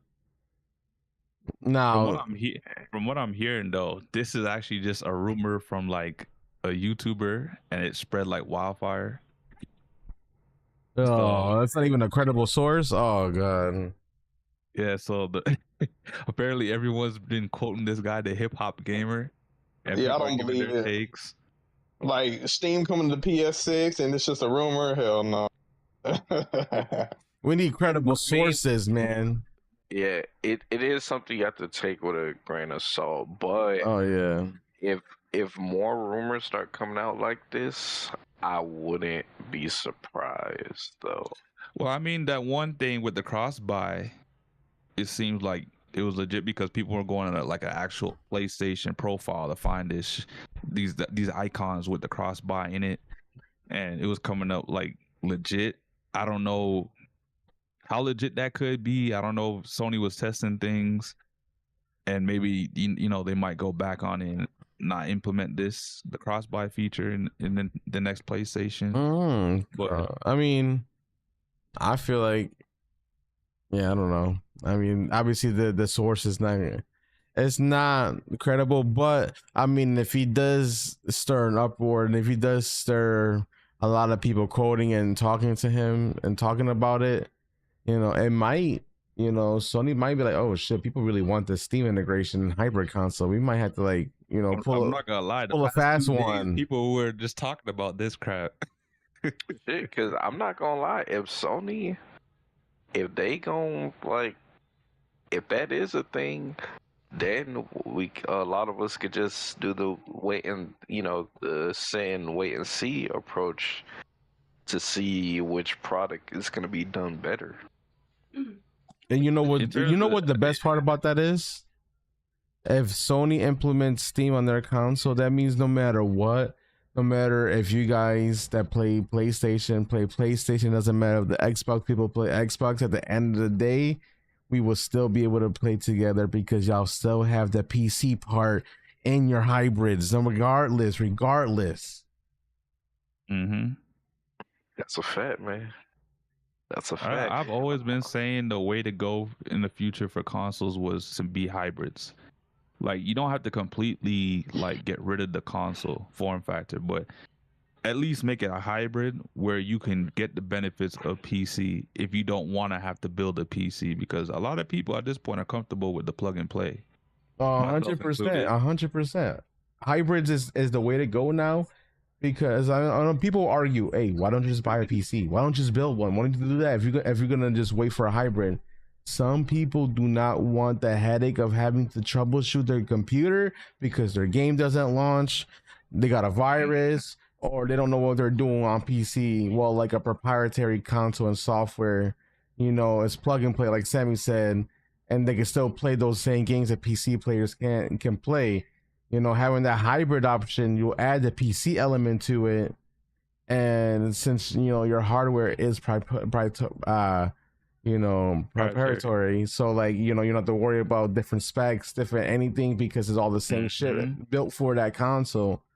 You can pretty much worry if my CPU is gonna fit my motherboard or the GPU is gonna fit my motherboard. All this is already done for you, and you have a nice mid-range PC, whatever the specs are going to be for the new console, mid to high range, to where, you know, you don't have to get a PC. $1,000 for a mid to high range PC that you can play. Maybe you probably can get 4K 60 frames on it. I mean, you can't beat that. Because when this new generation of consoles launched, they were already mid-gen PCs.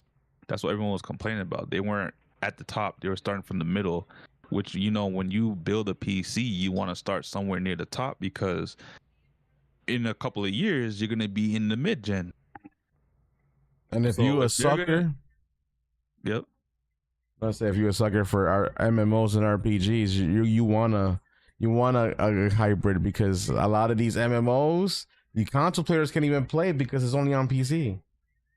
Yep, that's true. And you know what's so crazy? A lot of like indie RPGs are like, they're like only on Steam or Yep. PC. Like there's I can't tell y'all how many times I'm like watching like a RPG or like a JRPG list of like games that are coming out, because y'all already know I'm a JRPG head, and I'll see like these fire JRPGs that are coming out from like indie developers, but it's only gonna be on Only on Steam. Damn. so Or all the type of games that launch on Steam first, and you gotta wait 1 or 2 years before it drops on console. yeah, or it's like a time exclusive. So that happens a lot, man. So that's why I'm looking forward to seeing how this Steam integration is gonna go from all Hades parties. 2, I'm talking about you. That's You know, crazy. we're just gonna see how everything turns out, man. I honestly think, this is good for gaming. I've always been on that boat. Always been on that because I just think, more people get a hybrid console in their hands where they can get a taste of PC, the better, because you get the full benefits of PC gaming at your comfortability. Because, like, let's be honest, if people could just sit there and build their PC, everybody would do it. But nobody wants to do it because all the trouble is going to give you at the same time. There's the reason why when the PlayStation 5 was announced and they're talking about, if you want to play games at a certain speed, you got to get an SSD, and this is how you tear it down and open it and put the SSD in it. What was the one thing everyone was saying? I don't want to have to do all that. I don't want to have to open up my console to do that. What if I brick my console? You know how many people were saying that? That was the biggest talk when the PS5 was announced. So that just lets you know that people aren't really ready yet to be building PCs. Mm-hmm. Like, there's a big PC market. Don't get it twisted. I do think more people are getting into like PCs, but I do think this will also be a good way for people to see what possibly PCs can offer. And maybe this generation or the next generation, they like do the hybrid, but maybe that might push them into fully committing to the PC side. Yeah, we'll see. I think there's going to be a market for these hybrids, honestly. And I think once they get actualized and they're in the market, it's going to be a while before, anyone from any company decides, you know what, let's just go full force and commit to just making PCs like the Steam Machine 2.0. I think the hybrids are going to last maybe 4 generations at most before someone says, you know what, let's just go full frontal force and we'll do a Steam Machine type of console where it's just a PC. That's true. 4 generations, guys. That's all I'm giving it. 4 generations. Because at that point, AI is going to be streamlined and it's going to get to a point where, man, consoles are going to be obsolete. We'll see, man. We will see. But I guess speaking of AI, man, I know there's some AI stuff you wanted to talk about, Mr. Sammy. I mean, it wasn't that big. I don't even remember what I had put down in for the topics. It was the one with I think you said somebody like. Oh yeah, we don't really gotta talk about that. But if we in terms of AI though, I know you put out something. I think that we could share with the community and talk about, because I think that's a big one, if anything. All right, so for those of y'all who don't know, I didn't know this, so there you go. So for those of y'all who don't know, there's been some big stuff happening in the anime community, and Amazon, they had like this anime called Banana Fish, and they also I didn't know this until I did my research, but the No Game No Life. So Amazon, they had Banana Fish and the No Game No Life movie, and what they did for the dubbing, like the English dub for both of those animes, is they used AI to create the English voices. And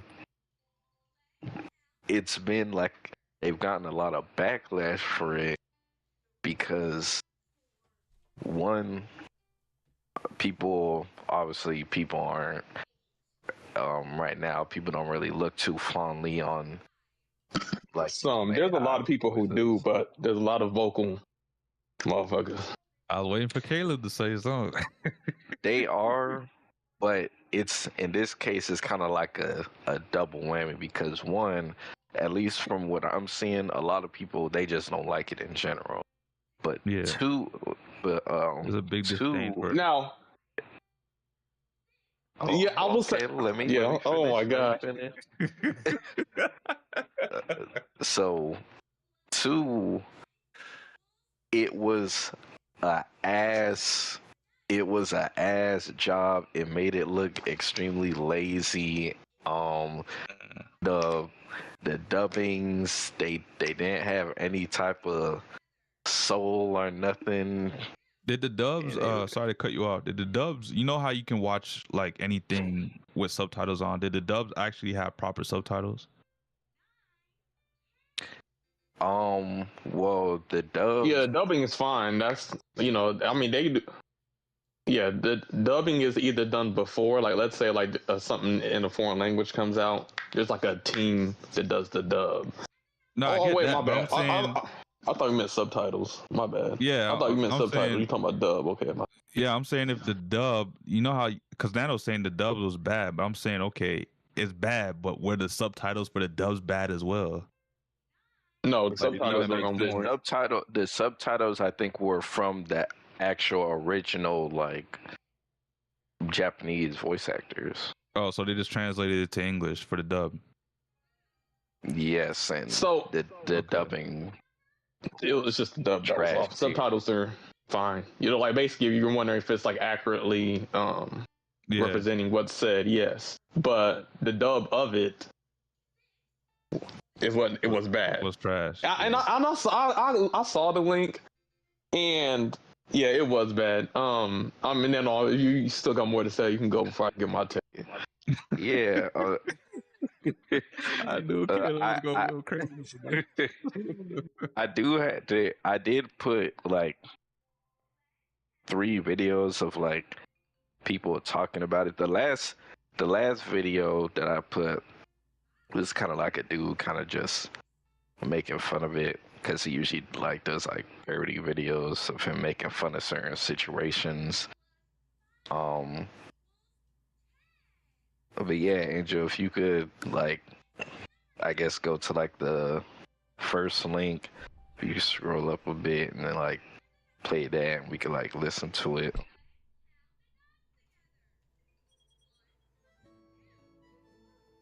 English AI dubs pulled from Amazon following public outrage. Not yet. I can't die.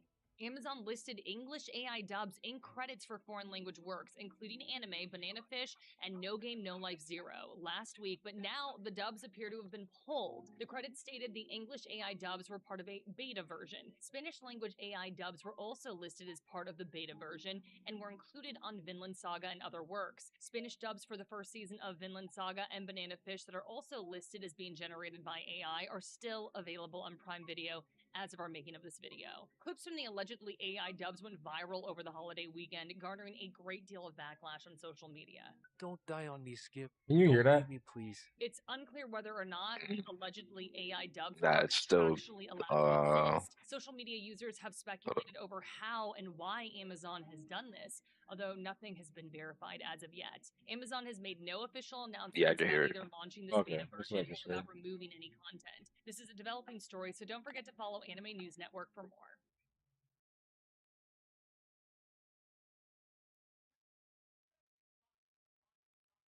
Y'all really thought Amazon wouldn't listen when we were criticizing the hell out of their AI banana fish stuff, but they literally just removed it from their...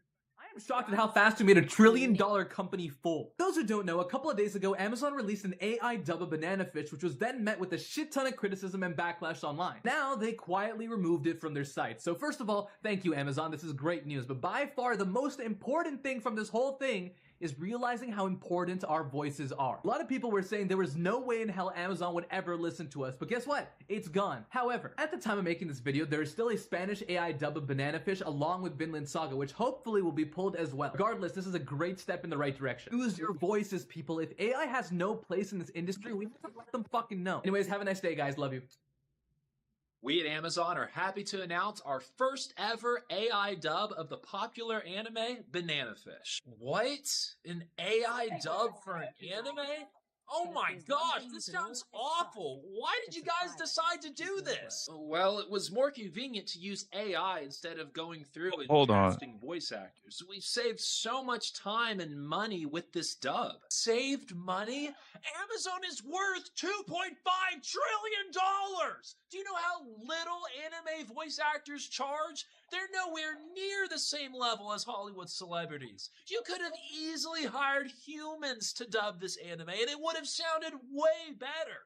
Instead, you released this trash that no one likes. Well, we wanted to replace humans. You could have easily afforded some goated voice actors like Chris Sabat or Alex Lee. No one likes robots voicing human characters in anime. It's just lazy. Not wrong though. AI fails to capture emotion, so I mean, and you know how anime is. Anime is all about story building and character development. If the AI is gonna be emotionless, you're not gonna feel that emotion when it gets dubbed because it's gonna be emotionless. Yeah. So obviously, at least the way I see it, I think there's multiple problems with this. One, obviously, the work is shit, and it was very lazy, and you could tell Amazon didn't even know what the fuck they were doing. They just thought they could AI some voices, and that shit was gonna be lit. And you could tell by how much backlash they got. Two, like kind of what like the last video said, Amazon, it's not like, and this is one of the things that this is one of the big negatives that AI is gonna be used for. And instead of them getting actual voice actors, they decide to go the AI route. Well, that's for a reason. We don't have to get into. But first, did you guys just show this guy's opinion or the actual like example of the?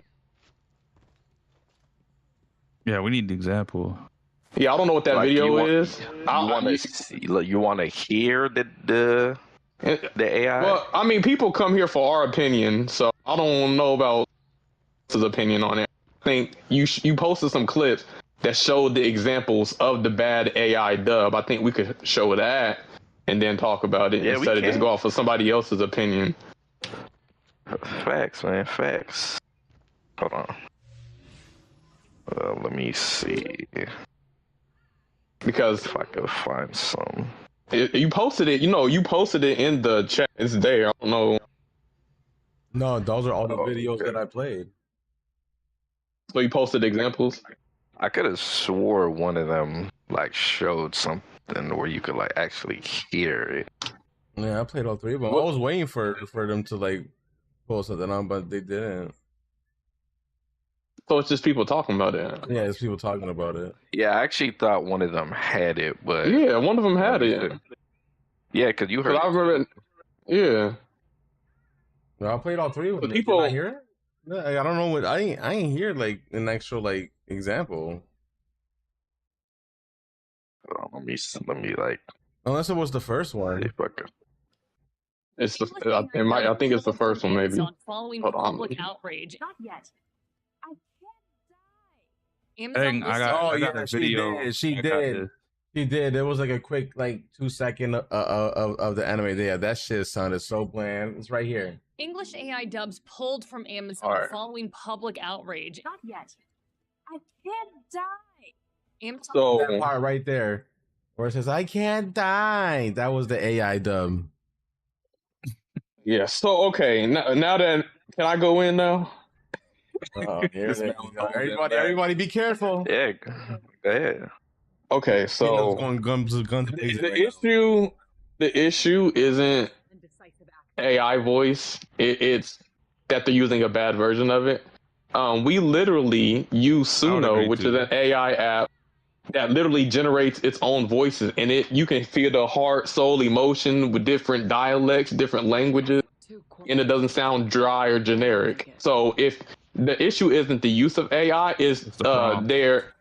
not the prompt, is them using a weak version of it, or like using a bad version of AI in order to voice it. Because if they got like a Suno quality level of voice acting for some of these shows, it'd be a different story where people couldn't Alright, tell the so difference. I actually disagree because that's one part.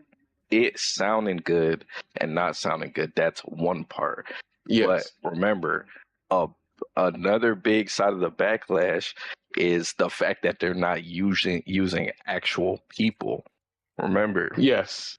a big thing a big reason why a lot of people don't like to push AI is because it takes away jobs from actual people. That's Yes. one of the biggest things, and I fully support people with that thought process because Yes. And I don't want if you ask me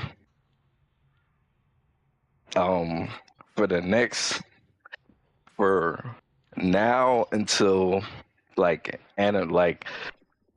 if you ask me to pick whether I want actual voice actors voicing my characters for the animes I watch versus AI, even if the AI could do a perfect or great job, I'm always gonna pick the people.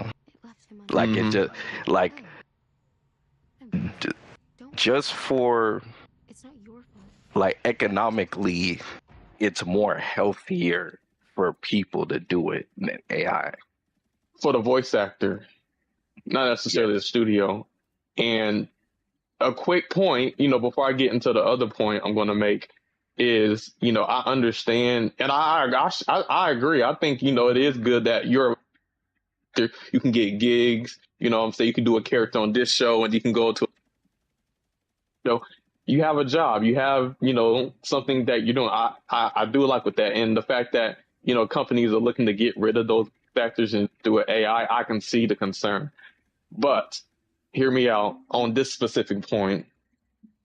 What if you're trying, there's a show or anime that's new, and it's in Japanese, and then you obviously have your English voice actors. What if you want to translate it to Spanish or Portuguese or German? That means you have to hire voice actors for every single language. Every single studio doesn't have the money in order to translate their show into multiple different languages, or getting multiple different voice actors for, I need to get it in Afrikaans, or I need to get it in Mandarin or something like that. You know what I'm saying? Like, I think a lot of people think, when they think of anime, they think, okay, it's Japanese, there's Japanese voice actors, there's the English translation, there's the English voice actors. But what if they're trying to translate it to as many languages as possible?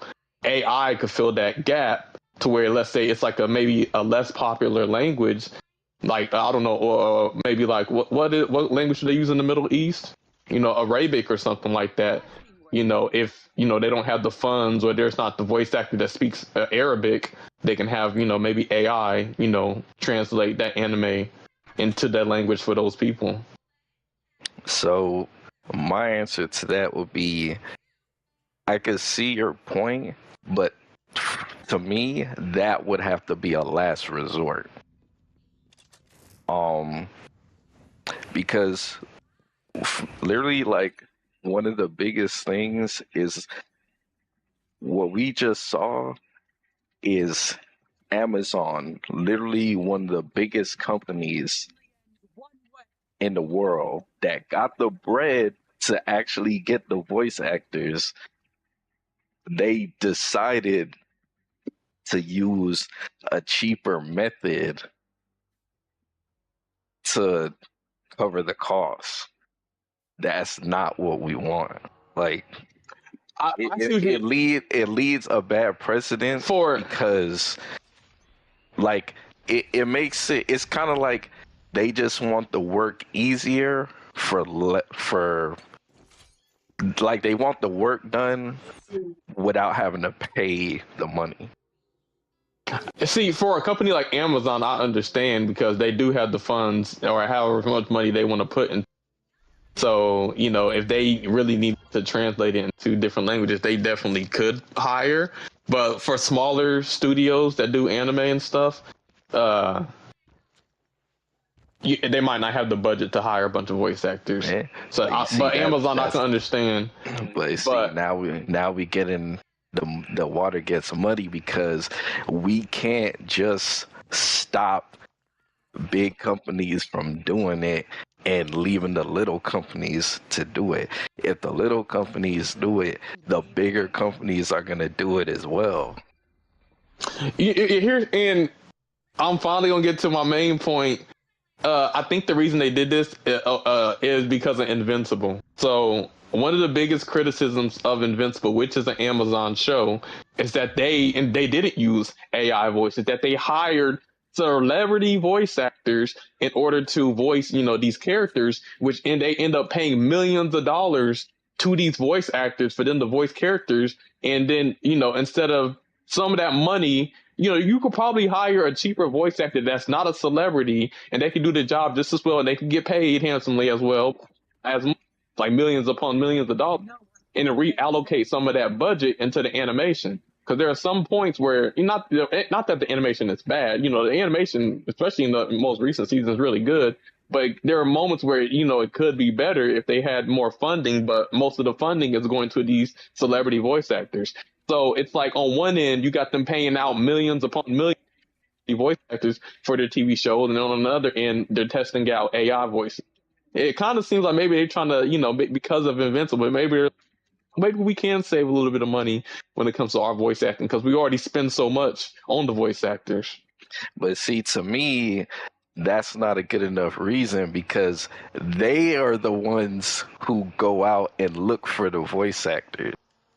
If they probably could buy, like, find voice actors who could do a good job, but they are the ones who specifically got the voice actors that they wanted for the job because they knew it was going to be high quality. And guess what? Everybody loves Invincible. The voice acting is top notch.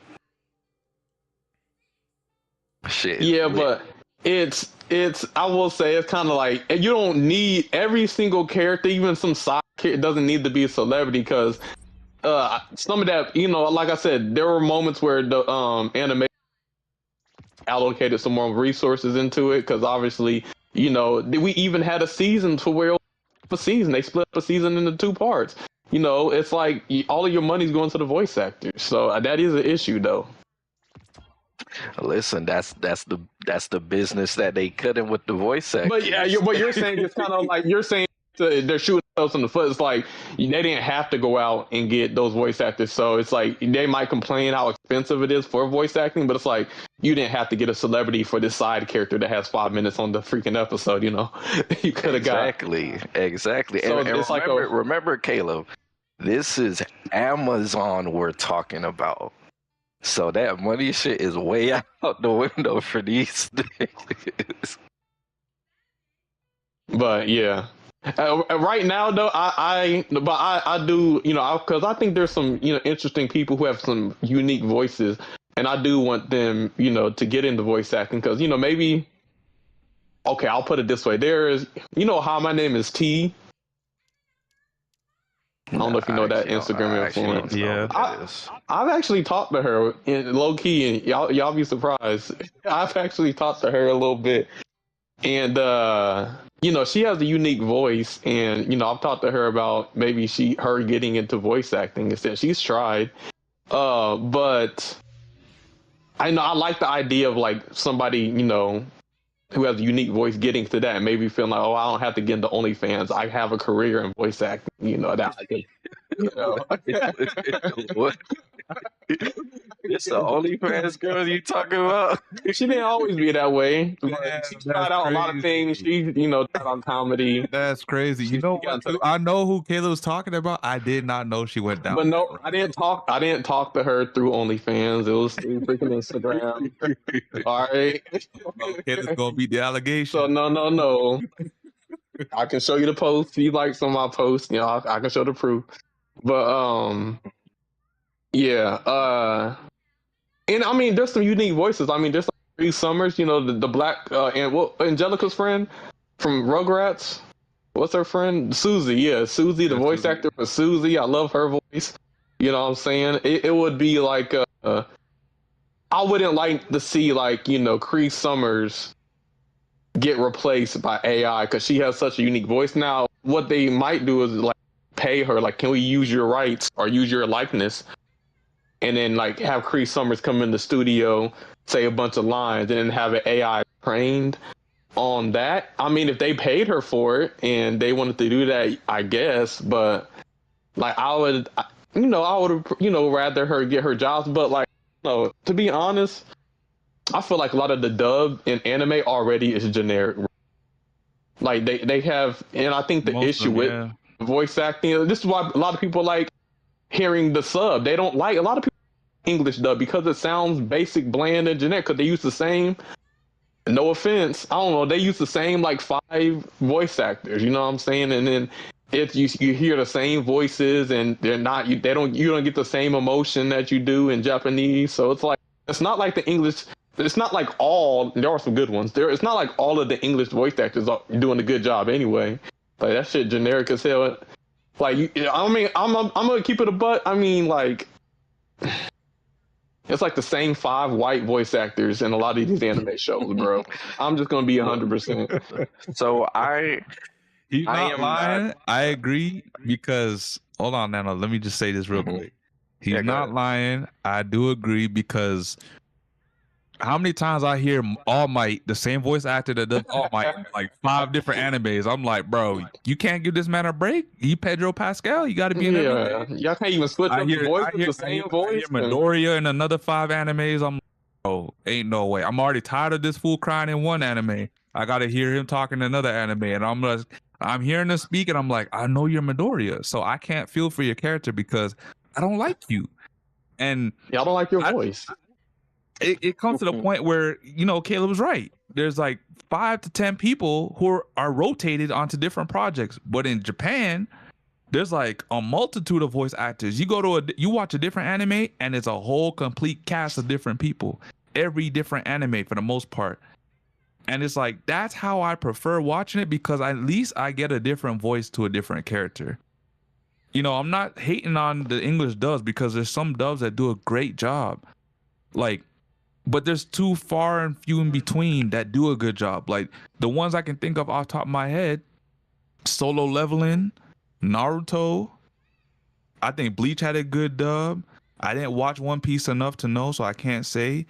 But there's only a few of them out there that have good dubs. Hell, even Kingdom, they don't even have English dub no more. And I don't blame them because the English dub that they had wasn't that good. So it's always hit or miss with the English dubs. But Japanese, nope. The sub's always hitting. It is. I mean, I was gonna say I'm not a dub lover myself. I prefer ever since I think probably like my 3rd or 4th anime I ever watched, swapped to sub because it just sounds more genuine. It sounds way better, and I will always prefer to watch that. But there's still a lot of stuff that does have like really good dub. Not too long ago, my brother Me, my brother, and I think one of his friends, or maybe it was just me and my brother, we went to go watch the Chainsaw Man movie, and my brother made a mistake and got us the dub tickets. Now, obviously, we was blowed, but it was still pretty good. Like, they did a good job. So, there's still things out there that has like really good dubbing, but I still prefer my stuff in sub if I could help it. But I guess the main thing with this topic, at least for me, is I am not somebody who is fully against AI.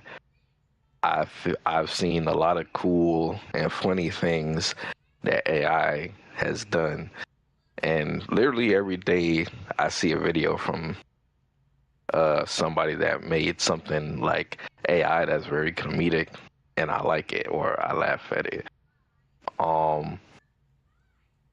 I think so. A good example of AI for me. So I'm 50-50 with AI. So a good example of, I think, AI being good is like, let's say, like when you guys make the music and stuff, right?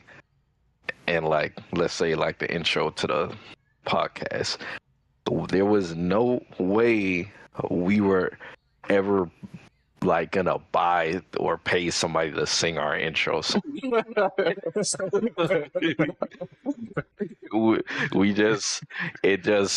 ain't paying Breezy.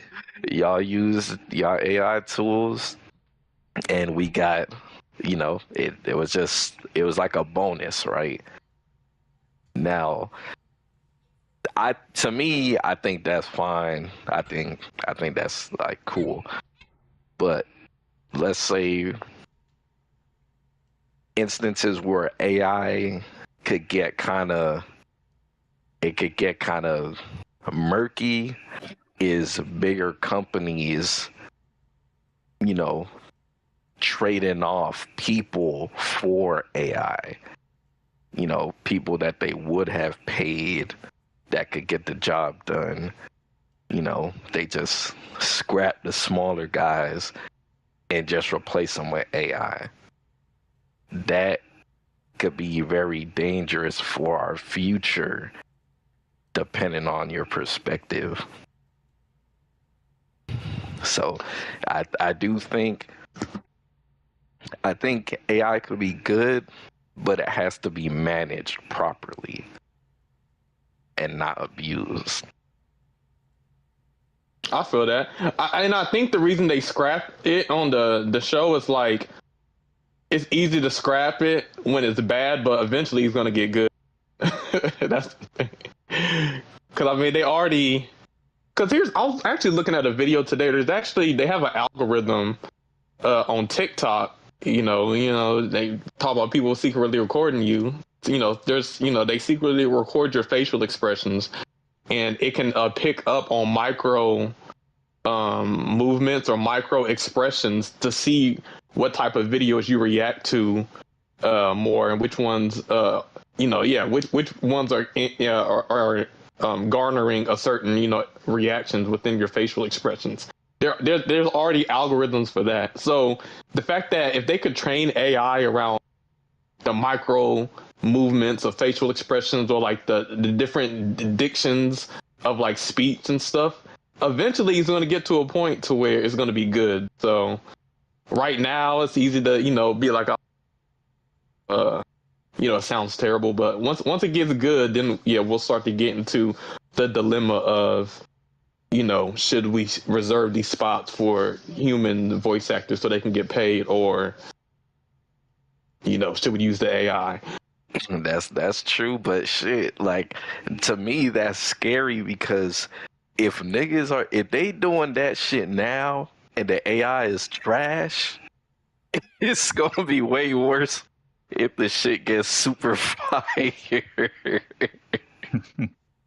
Like at we as people we at some point we have to put a lid on it and contain the AI. We can't let it run rampant. It's kind of like, y'all ever heard of like a saying of like getting power is good, but if you abuse it, it can like turn very bad. That's kind of how I look at AI.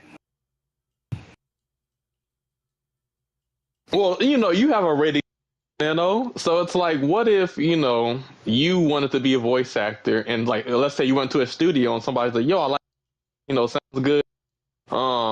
We want to pay you some money to where we can use your voice and we will pay you royalties for whatever project we use your voice in. Down with that. And I would say I would propose the idea of me being a continuous voice actor. I would prefer that. Which that's fair, preferring that. But I will say, if a company were to pay somebody out front and give them royalties whenever they use their voice, I think that's a good middle, like, compensation in a way, or like you know what I'm saying? It depends on how much they would be paying me, because like ideally, I wouldn't want them to just have the rights to my voice. Yeah, because then they could just do whatever for a different project without you knowing. Yeah. Have you seen some hateful ass in a nano undertone? Nano become a villain type shit, man. Yeah, and it's gonna look crazy because I signed it, so like, like, hey, you signed the contract. they own Nano at that point. Your family members thinking, Nano, so I didn't raise you like, this way, Nano. Like it sounds good, but you kind of got to look at all sides and all possibilities. That's why you got to be careful with that stuff, because it's I'm pretty sure it's easier for them to just pay people to use the rights to their voice so they could alter and use them however which way they want.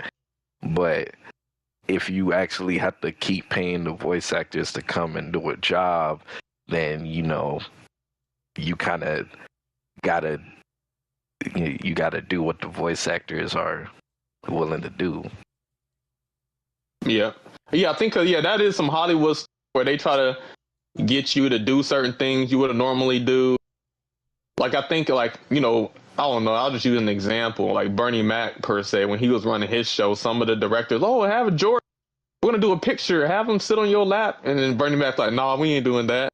Same with like when you're actually in studio, sometimes there are actors or that there are some things they will do and some things they won't do. Like, maybe, not to get too political, but the whole black actor wearing a dress. Like, there are some, male black actors that refuse to do that. You know what I'm saying? But let's say you sell off the rights to your likeness, they could put you in a dress. You know what I'm saying?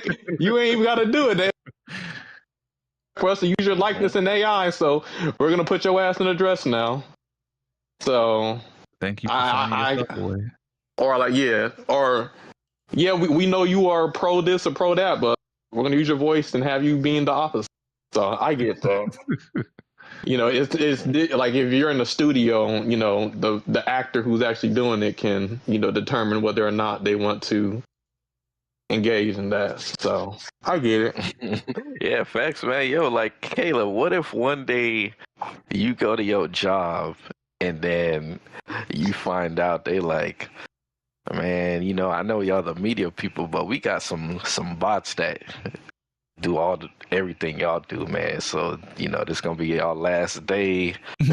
That's it, man. You gonna be like, oh, what? Gonna be fighting some people, man. What do you mean? I don't get a pass to the field no more. What you mean? Y'all got robots in the locker room?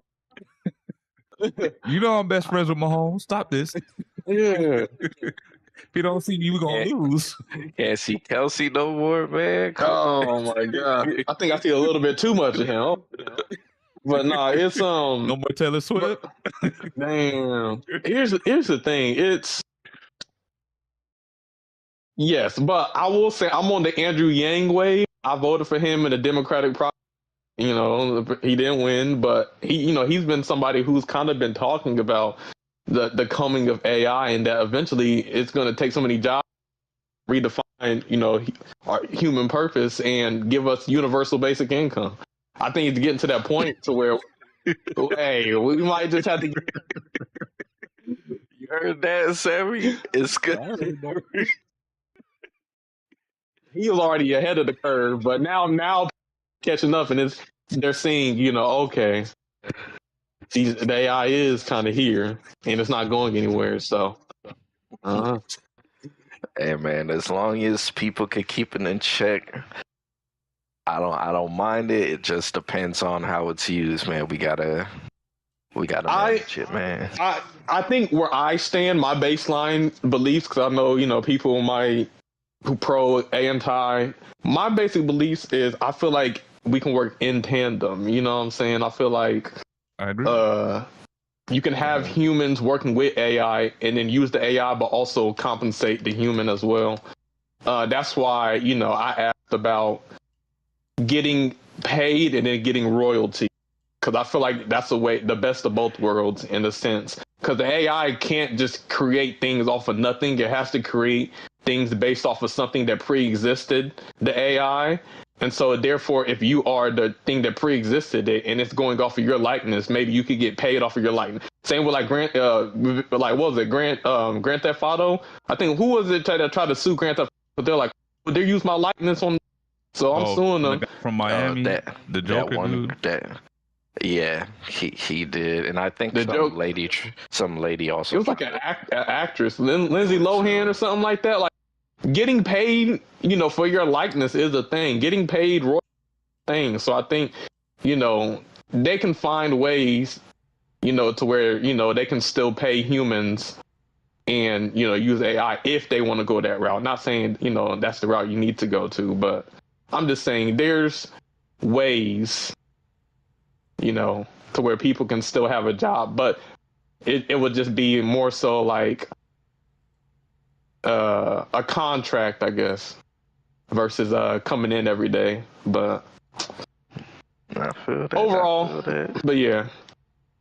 But hey, man, like I said, I do think humans should get paid, but yeah, like I said, they should get royalties, kind of like Fortnite, right? Fortnite uses a lot of people's likeness. They're not using AI, but they are using people's mannerisms, right? They're literally, somebody makes a viral video, they'll take their dance that they did, or and they'll make an emo out of it. Is that not a thing? Damn, they're turning people into emos? Fortnite, do that? Yeah, exactly. In Fortnite, yes, you could just do a random music video. You do your own unique dance. And then it goes viral, and now Fortnite has it in the emote, and they're making money off of your motion. So I think one of the things they did to compensate those people who are the originators of the dance is that they gave them a royalty. Yep. So that is a modern day solution, and where Fortnite's like, okay, yes, we're kind of taking your likeness, and we're making it in the emote, we're making money. How about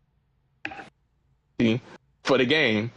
I think that's good. In the same way AI is kind of taking people's likeness, the same way Fortnite takes people's likeness, as long as you are paying the people that you're taking their likeness from, then I feel like it's fair. I can see why you'd say that. I could see AI and people working in common ground as long as it gets managed. That's I'm fine with that. But I guess I know we could move on to the next topic. I know, Sammy, you wanted to talk about some Diddy stuff, right? Oh Lord. Speaking about controversy and not being able to work in tandem, Diddy out here going through some things with 50 Cent. Oh, I saw a clip. I saw something to where like a fan came up and it was Puffy, hey, gave him a handshake, and then Diddy got right into the car. God, bad. shower, ugh. And like, you know, he's like acting like he's so clean. Everybody's so dirty. He's like, oh my God, 15 people. I feel disgusting. So yeah, it kind of shows like some of the, you know, the side of Diddy that he tries to. I did see for those that. of y'all who don't know, Netflix and 50 Cent came out with a Diddy documentary series. It's 4 parts. It actually came out yesterday. So if you want to check it out, you can. It's on Netflix. And honestly, the biggest thing or the biggest takeaway from all this is really, you know, obviously if you've been living under a rock, you know, but Diddy's in jail right now, and 5 years for 4 years, pretty much 4 years, couple months, and pretty much, you know, all the allegations that he was facing, you know, they're true. All these things that people have been knowing about Diddy for years, they're true, and he's gonna face some time for it. A lot of people are hoping that he'd face a lot more, maybe be behind bars for life. I don't know how they accomplished that, but I believe what he actually got booked on was prostitution versus some of the like sex trafficking. Yes, because because some of the people who were a part of the trial was also racketeering and all that stuff too. Yeah, he was found not guilty on racketeering, but he was found guilty for prostitution because he was buying prostitution and whatever else. Yep. I think the reason why he didn't get as much time when it comes to Cassie, at least, is because she was involved with some of the stuff. Yeah. But yeah, I'm curious to see this documentary, man. It's definitely going to shed some more light because Puffy definitely has a bad rep for a reason. Well, I mean, the funniest thing is that 50 producers of all people, and for those of you 50 is petty. Know, is like back in the day, you know, they had some kind of little beef, and 50 didn't really like Puffy because ever since Puffy first met him, one of the first things he asked 50 was like, "Oh, let me take you shopping. Let me take you shopping. Let me buy you this. Let me buy you that." And it's like, I don't know about y'all, bro, but if a man came up to me and told me he's gonna tell me, it's grooming, grooming you like you is a bitch or something. Like what? Yeah, let me get you, baby. I don't know about all that. And then you start, if you broke, you might be thinking, "Dang, I kind of like this treatment. I like, I like more." Yeah. Then what else you gonna do for some money? Yeah. What else you gonna do for then he's like, "All right, what?" And then next you know, like, "What you mean you ain't gonna do this? I bought you. I took you shopping, right?" Right. I'll put you in that Louis V. Yep. And nothing comes free. You're gonna have to pay in some way. You have to pay in. You might have to pay in a way you're not expecting. But I will say I will take it with a little bit of a grain of salt. And because 50, the reason he's so invested in this is because his baby mother, the mother of the child, because 50 Cent has, I think he has 2 kids at least, or maybe 3. So he has a son that kind of hates him. And his son, that's his black son that he had with a black woman. But then he has another son that he had with an Asian woman. And that baby mama was found at Diddy's, one of Diddy's parties. Yeah. So basically his baby mother, at the Diddy parties was freaking off. I think maybe his girlfriend for a little bit. Yeah. So 50 Cent definitely feels some type of way that the mother of his child is one of Diddy's freak off partners. So I think that's why 50 is kind of like doing this documentary. So I sent Angel a little biased. There's a little when does this documentary come out? It already came out yesterday. And this so you can watch it today. It's on Netflix. Yep. Did you watch it? I didn't watch it yet, but I'm going to. It's when you get into like these, like I know the 50 and Ja Rule, it's kind of like 50 is kind of like destroying Ja Rule, but when it comes to 250, like your baby mother, like the black woman, I'm getting into some I don't know, some talk, but your black baby mom wasn't good enough. You got this, exotic looking, woman that you wanted to have kids with, and you value those children, but then the woman that you had kids with is just one of Diddy's, workers, bro. Like, that's gotta feel some type of way, to be honest. Wouldn't be me. 50's kind of, so 50's kind of down on that, to be honest with you. Diddy's kind of up. So I get why the documentary's out here. Oh yeah, man.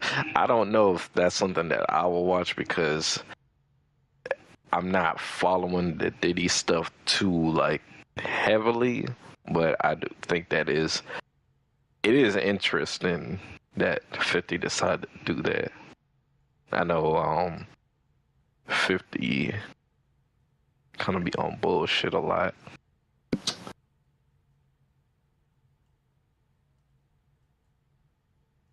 Yeah, he does. I think it's a little saltiness, to be honest. But hey, Could be, man. Could be. I mean, shit, you might be the same way too if you was in his shoes, Caleb. Yeah, I mean, if you the woman you chose to bury your children and you in a relationship with, and then next thing you know, she said, "I'd rather be at Diddy's freak offs." That's definitely got to take. You gonna tell me that? You going? So yeah, coming out with a documentary at the bare minimum, I guess. I'd rather be at Diddy's. Like what? Up to his arrest in New York Ain't no way. last September. You ain't telling me that. I mean, you say that nowadays, people gonna look at you crazy, but I know people were saying Diddy had the best parties back then, man. And I am going to let you professionals Crazy. look at the situation. Bro, not only she wasn't just. It says 50 Cent's ex-girlfriend, mother of his son, sire, Daphne Joy. She was in a relationship with Sean Diddy Combs from 2021 until 2024. So dang, Diddy was in them guts for 3 years, bro.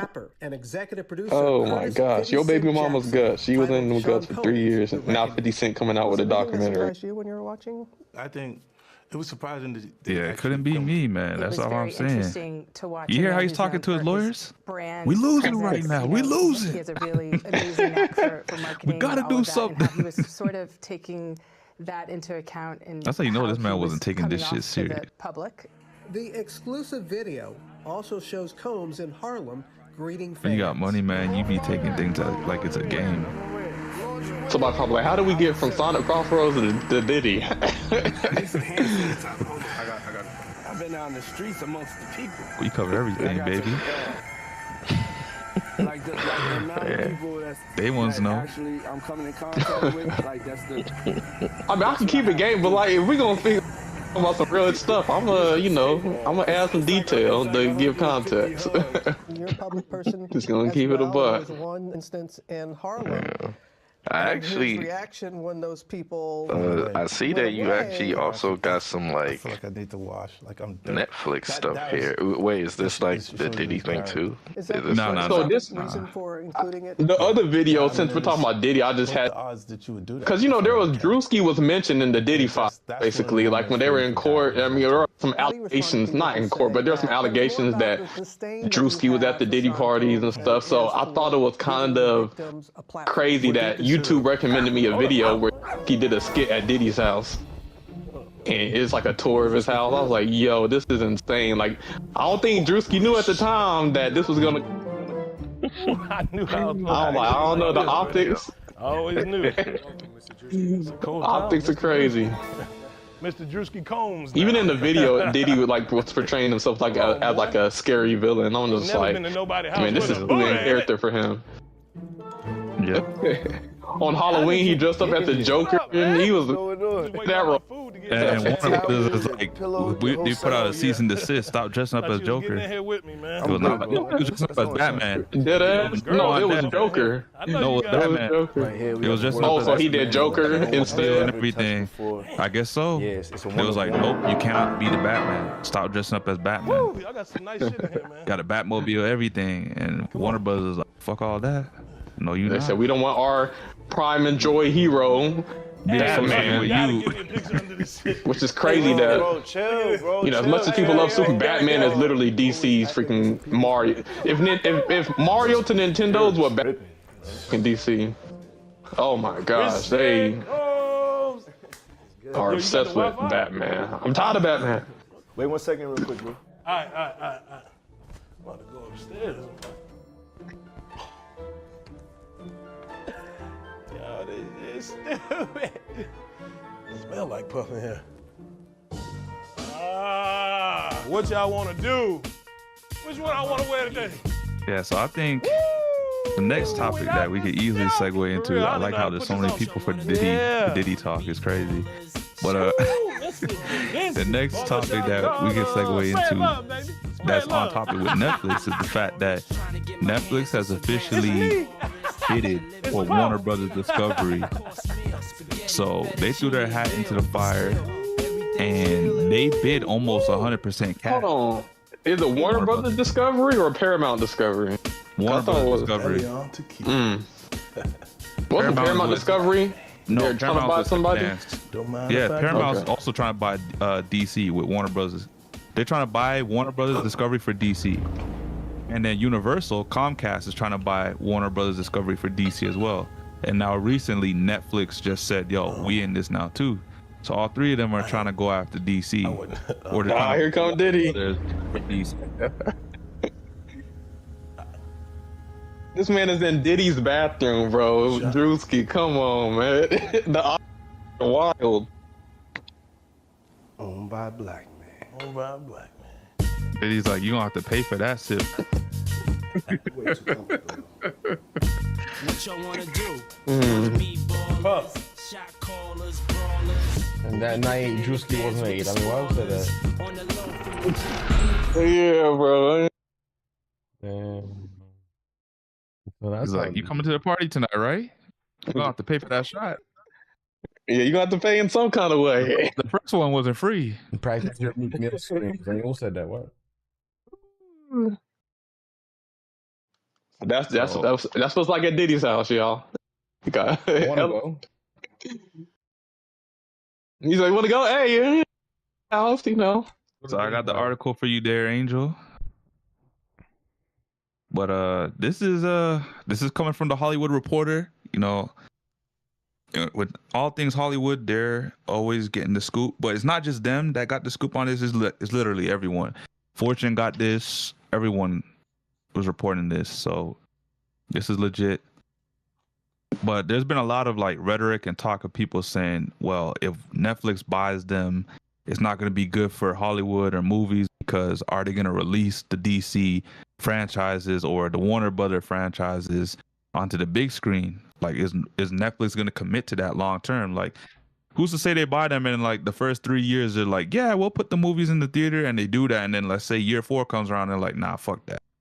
We did it for a couple of years just to save face, and now we doing our own thing. We trying to have everybody subscribe to Netflix. Yeah, I don't. Even though I have Netflix, DC, despite their movie history, DC as a brand still deserves to come out to the masses. Yeah, not just the streaming service, basically. But it's not just DC. You got to think about it, guys. This is Warner Brothers in total. Like, if I got to look up the IP that Warner Brothers got, they got Harry Potter. They got DC, of course. They have Mortal Kombat. Like, they got Looney Tunes, like Bugs Bunny and them. Like, I got to see the entirety of their IP or their franchises because it's a lot. Basically, Netflix trying to cash out. Monsterverse. I don't know what the Monsterverse is, but they got Tom and Jerry. That's King Kong Godzilla. W Monsterverse. But isn't that Universal though? Universal's the ones making those movies. I'm gonna look. Universal? No. Warner Brothers, bro.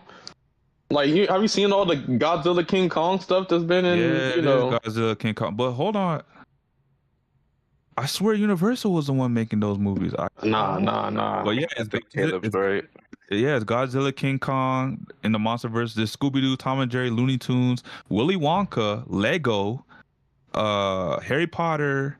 I didn't even know they own Barbershop. You know what, the Ice Cube? That's crazy. I don't know if y'all seen the World of Worlds. I don't think Ice Cube is, super expensive now. Apparently, they own Middle Earth. I'm not sure if this is kind of. Yes, Warner Brothers does own Middle Earth. But Amazon is doing Lord of the Rings though, so don't they own That's weird. I don't know how to explain that one. Maybe they own part ownership, like part of the license. Wait, didn't something happen with Warner Brothers in Middle Earth? I'm not sure, but they also own Police Academy, the Flintstones, Tarzan. Hold on, Tarzan. Disney don't own Tarzan? Nah, bro. Remember that dilemma with Tarzan? And that's why people said it probably wouldn't have gone into Speedstorm. I honestly don't. But yeah, Tarzan, Johnny Quest. They got a lot of The Matrix. I forgot about that. Holy shit. They got a lot of franchises here. So the Netflix Conjuring series, Hobbit. So they're trying to buy Netflix, or Netflix is trying to buy them? No, Netflix is trying to buy Warner Brothers. They put up money for Warner Brothers. Damn. Money. Well, on one end, it could make for some maybe a good budget in for the shows, but the issue with Netflix, they cancel a lot of their shows. So imagine getting invested in they're doing Vixen, and she has her own fucking and then they just cancel it after a season. And they usually cancel that after one season or 3 seasons. So imagine, it's not bad if it gets canceled after 1 season, but imagine getting invested into 3 seasons of a show, and then you're waiting to hear news of season 4 is coming out on Netflix. Like, oh, we canceled it. They also own Mad Max. Magic Mike. So you telling me this whole Warner Brothers is trying to get sold? So what's going on? They're trying to get they're failing. Yeah. They failing in the gaming aspect. Apparently, you know what I'm saying? They merged so many times. So you telling me a company is bidding to be able to redo Game of Thrones? Because doesn't HBO Max fall under the same Warner Brothers? Yep. Can you imagine Netflix got that shit? Netflix would redo fucking Game of Thrones, bro. Netflix would ruin it though. Let's be real. I mean, who else would do a better shot? I mean, what, Paramount? Paramount. I don't think Paramount. I think Netflix to do better. Netflix, if they when they want to go in, they can. Right, because Wednesday is really good. When they want to. When they want to. That's the issue, though. When they want to. Would they even need to touch that? To redo that? I mean, I don't think they're gonna. I don't think they would redo it. But I think they probably redo season 7 and 8, maybe, or I don't know. Season 8 is what they need to do that. They honestly do that, but would I honestly do that? I don't think they would do that. But I think if Netflix had Game of Thrones, they would freaking ruin it somehow. They'll milk the fuck out of Game of Thrones. I'm gonna tell you that right now. They would milk it, but they'd also ruin the franchise. And also, that means Netflix will also get the rights. Look what they did to the Witcher. Harry Potter TV series is coming out on HBO Max next year. They would. A lot of shows and value, definitely. You'll definitely be getting. And then they'll also own AEW, because AEW also is broadcasted in TNT/HBO Max. Damn. So they're gonna compete with WWE, even though they already got a contract with WWE. That's what I'm saying. You're gonna have WWE and AEW under one umbrella. That's crazy. See, that I don't know, because I feel like if they did do this, they're gonna increase the price of Netflix again. I mean, it's already man. Yes, they will. Maybe if they added all of that, yeah, it'll justify the price. But nah, that it is. If they went up even more, bro, nah. Netflix gonna be like cable TV at some point. You gonna be paying $100. Paying $15-$20, ain't it? Yeah, hell yeah! All the streaming sites combined together. At some point, Netflix is gonna start picking off the smaller ones one by one and adding them into their subscription. Nah, the smaller ones, as stay cheap, stay under $10, bro. They'll be all right. The moment the smaller, like the Hulus or the whatever, the Paramounts, once they start charging, or Disney, the moment you start going people, the reason people chose you is not going to be there anymore. Let's be honest. When it comes to Hulu, why do people get Hulu for the exclusives? No, they do it because it's it has some of the shows Netflix has, but it's cheaper. I mean, that's the Hulu was, what was it? It used to be $5-$6 when Netflix was $9. You know what I'm saying? Yep. So I mean, if they go up in price, bro, they done. So I don't know if they're gonna be done. Think about it. At that point, I can see Netflix. Hear me out. I could see Netflix going the cable route. You know how cable TV used to cost like $50 to $100 a Nah, month. bro. Think about it. Nah, Think about they it. gonna, Hear me they out. gonna Hear me lose. out. Hear me out. I don't I ain't think hearing so. nothing. You know I'll hear why? you out, but I ain't. You know why? Because if they decide, yo, we're not putting movies in the theater no more, it's gonna justify the cost of the movies being on the service, and they can charge whatever because they know. If you charge, if they start charging $50 for if they start charging $50 like cable prices for Netflix, everybody's going back to the movie theater. All right, you're gonna help the movie business. I don't know. Just why? Because at that point, it's gonna have all the content. Fast as hell, bro. You might, but you got to realize Netflix is gonna have all the content. So I'll just become a pirater, bro. Exactly. I'm already a straw hat. What do you mean? Hold on. Yeah, in the One Piece universe. Nah, I'm not a. I'm a black. We don't pirate. We don't do that. We don't do that. I'm all Don't pirating. Don't take nothing the wrong way. I don't know, man. That Netflix, they better chill, man. And honestly, truthfully, I don't think that Netflix would get it. I don't think Netflix would get it because I think they would not be allowed to because I think they will have like a monopoly, you know. And I don't think that's it's not. It wouldn't be a monopoly because Disney did buy Fox. But one thing that was mentioned is that the Trump administration and Trump said himself that if Netflix went out and we're trying to buy them actively, well, not just Netflix, but anyone but Paramount trying to buy them would have a lot of scrutiny on them, and it would be a harder job in terms of proving to the regulators that it's justifiable for a purchase. So you know how Microsoft had to deal with Sony in court with the Activision Blizzard case? Essentially what Trump and them are saying is like, if you try to buy them, you're gonna have to go through the same thing. So they might be able to buy them, but it might take 3-5 years to get it done. Yeah, that'll be as opposed to Paramount going in there and it's getting done in like a month or less. I think maybe Paramount or Comcast would be a better option though. Which is crazy. But the thing about Paramount buying them is, Trump is buddies with one of the guys that's heading Paramount, and Paramount is backed by the Saudis. That's Saudi money. Yeah, but Paramount. Oh, thank you for reminding me. Go ahead, Nano. I remember. Paramount releases their stuff in theaters as well. So yeah, that wouldn't be a bad thing. Okay, thank you. So much go ahead. Thank you for bringing up the Saudis and all of them because when it comes in Paramount, because when it comes to UFC actually got bought out by Paramount. So they used to be ESPN, but now they're Paramount, and so that's why there won't be any UFC events for like the next month. This is the biggest gap in UFC events since COVID. It's because they're switching companies. So Paramount definitely is buying up some stuff. Yeah, and on top of that, Paramount bought UFC? Yep. I thought, but TKO owns UFC anymore. You gotta watch them through Paramount now. If you want to watch the fights, do you mean they just own the rights to broadcast UFC? I'm not too sure how that one works, but I just know that if you cannot watch pay-per-view for UFC fights no more. You gotta subscribe to Paramount. Yep, and it's not gonna be on that ESPN Plus stuff either. So now it's just gonna be you get a Paramount. I actually like that because I got Paramount for Halo when I was watching the Halo series. I think it's dope.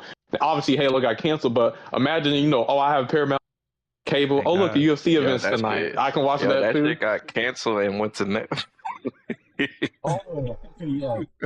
So Paramount doesn't own UFC. It's just that they now have a new partnership, new deal to where now UFC shows are going to be on Paramount. Hopefully that means that UFC fighters are going to get paid more money too. UFC shows or events? Like events. Or both? Events. Probably both. Probably Ultimate Fighter as well.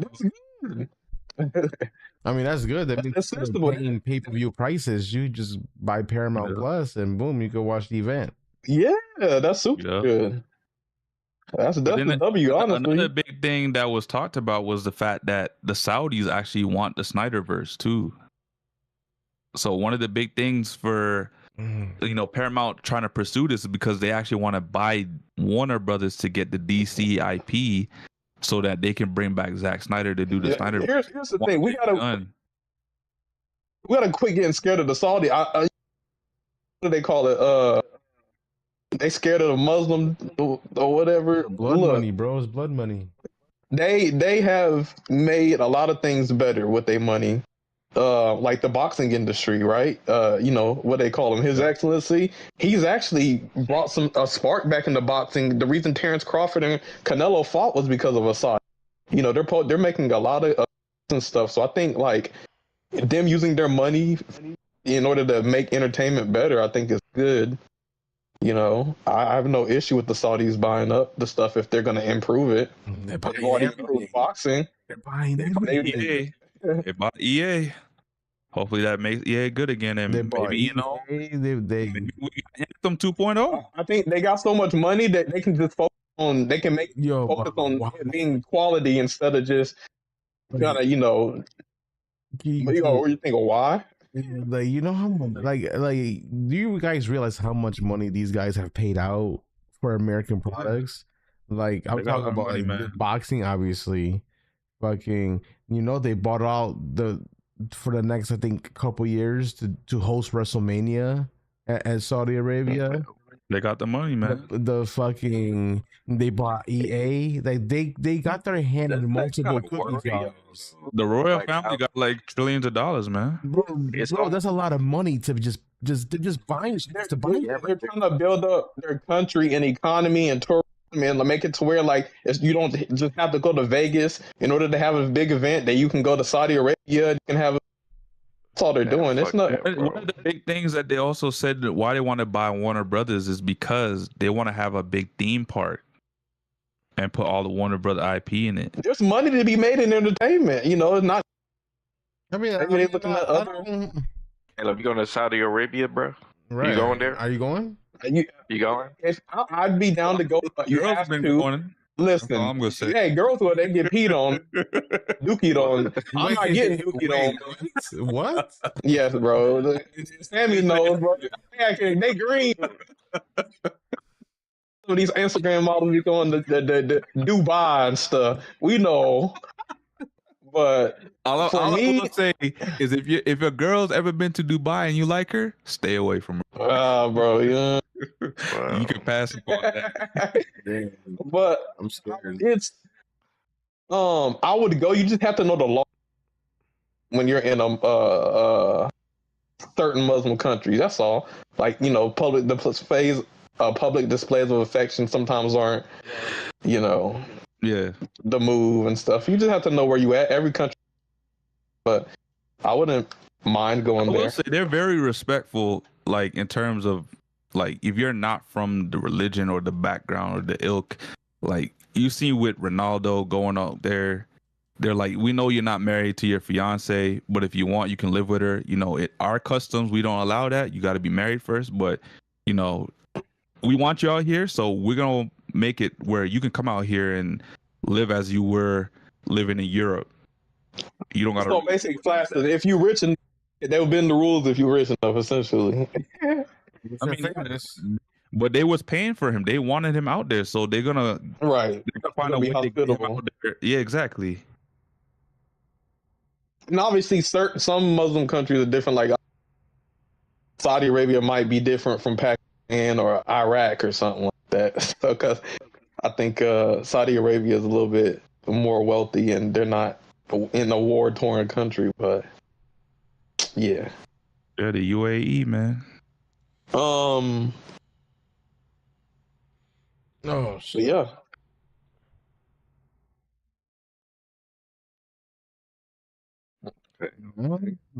I mean, I think the last topic we got is the FIFA 2K. Bye. Yeah, what happened with that? I don't know what's up. So essentially, I think it was in 2023 or 2024. Which year was it? I think it was 2023 or 2024. EA had lost the license, or their deal had finished with FIFA. And apparently FIFA was like, we're not going to re-up with you guys. Like, you're done. So that's why EA had to change the name to FIFA, from FIFA to EA FC, which is EA Football Club.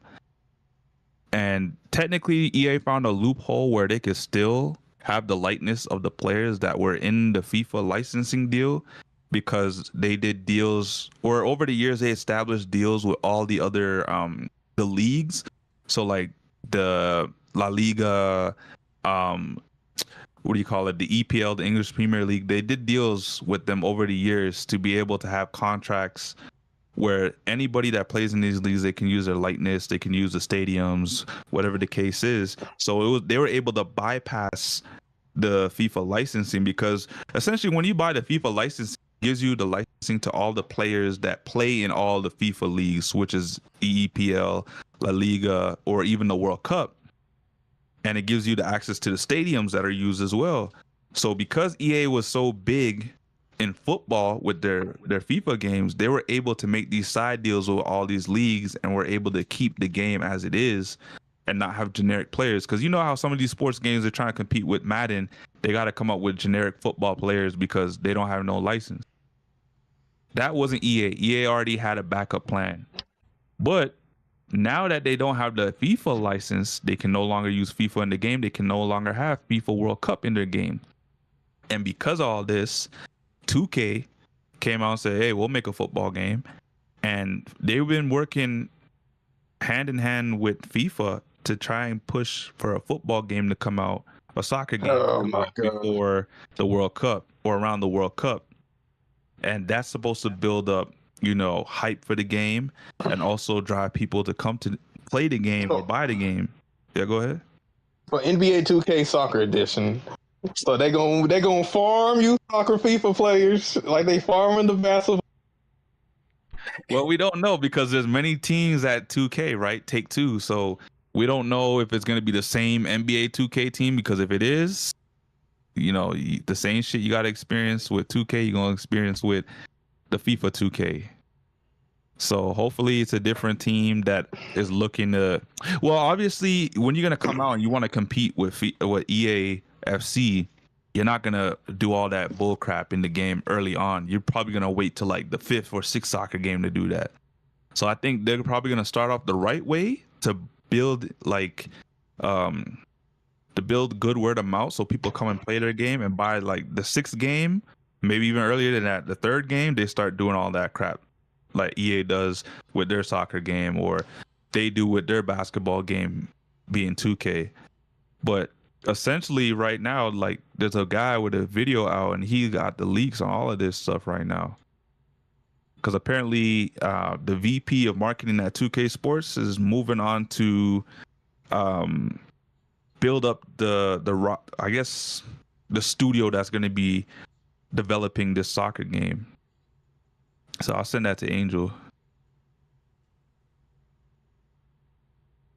It's actually a good thing, even though people are gonna think about the negative, like what's the worst that could happen from them getting a soccer game now because of how they do it with their basketball game. The positive is they're gonna make EA make a more competent football game, and both of them have to compete with each other now. The reason why both of their franchises in terms of basketball or football or soccer suck is because there's no one else in the market competing with them, really. There's no competition. And if you have no competition, what are you going to do? You're going to settle. Oh, we don't have to do much but make a roster update every year because you don't have another game to buy. Well, you know, they like to do this. The 2K series is terrible. They like to do this practice where every single year they come out with a new version of the game. It's basically the same game with like minor.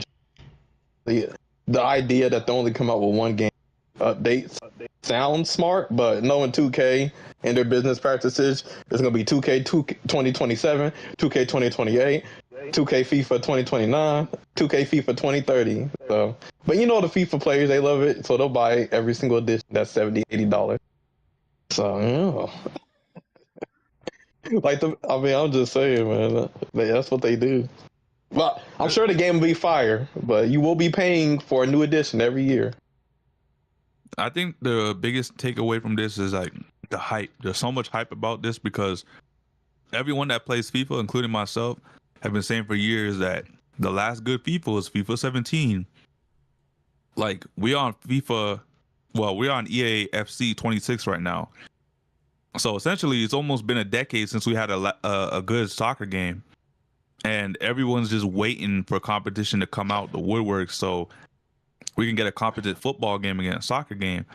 And if regardless of who it is, if they have the FIFA license, that means your game is already going to compete in terms of lightness. You'll have the teams, you'll have the stadiums. You don't have to worry about, we're using generic players or generic stadiums. So how are we going to compete now at this point? Because no one wants to play as Tommy 84. Like, I'm sorry, but I'm trying to play as Ronaldo. I'm trying to play as Messi. I don't care for these randoms. I can make a random if that was the case. So if you're already starting off on equal footing with what's already out there in the market, and all you have to do is make a more competent soccer game, I think 2K could do that. Because look what happened when, EA had their basketball game. At some point, 2K beat them out, and now EA does not have a basketball game. Damn. NBA Live. Yep. RIP NBA Live. I will say though, if they add the features that are in other 2K games, other sports, like the face recognition feature, or like they have like the basketball FIFA edition, I think that'd be dope. Honestly, it could be a good thing because I think 2K, they do have a lot of features. If they can add those features to FIFA, I think definitely the soccer community will appreciate that. I know one thing that'll be good is the fact that the stats, they have stats in their rosters. So like you can look back to the start of someone's career and see their stats. I know in EA games, you can't do that. You can only do that for that singular year. Like if you're trying to do like career mode as like a general manager that's running the team, like you can't look at player stats from like 10 years ago. But with this game, you'll be able to do that. For the stats to be updated. Exactly.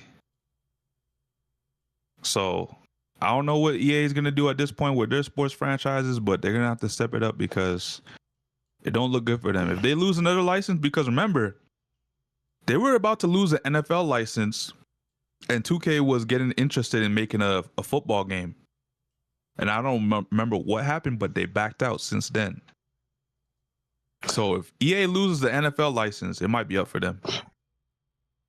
Well, I know the ninja gamers are gonna, because there's a certain ninja gamer. I feel like if you play 2K, Madden, Call of Duty, you a ninja gamer. So, ninja gamers. You talking about the ball and gun gamers? Yeah, the ball and gun gamers, man. That's crazy. Y'all got a W. Sports and Call of Duty and stuff like that. Yep. So hey, the W ball and game, golf ball and gun, man. W ball and gun. Sound like you guys are talking about Toxic. Toxic plays other stuff, man. Yeah, he plays. He plays Crossworld. Ninja gamers don't play. That's facts. Yeah, he plays Speedstorm. Hold on, Speedstorm, bro. We play those games too. What you trying to say? I'm not a ninja gamer.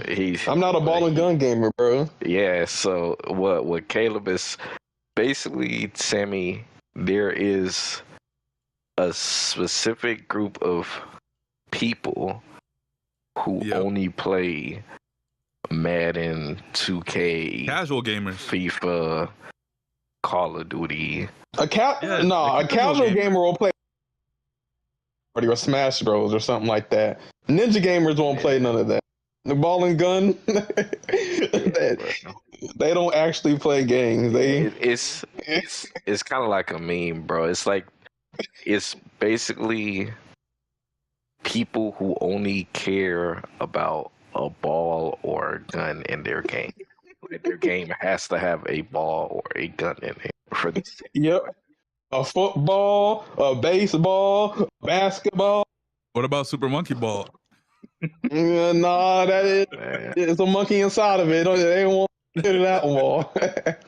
Yeah, usually But- no matter what, they just keep buying the same games. Like usually they're more like They will pay $100 for the same ball. The same ball on a different court. $100 every year. They getting milked for a reason. Then you gotta look. What's the common? These ball and gun games are shameless. This is why Call of Duty has a different game because they know the ball and gun gamer is gonna eat up whatever slop they put out. That's facts. That's facts, man. So who are these ball and gun gamers? Like what? You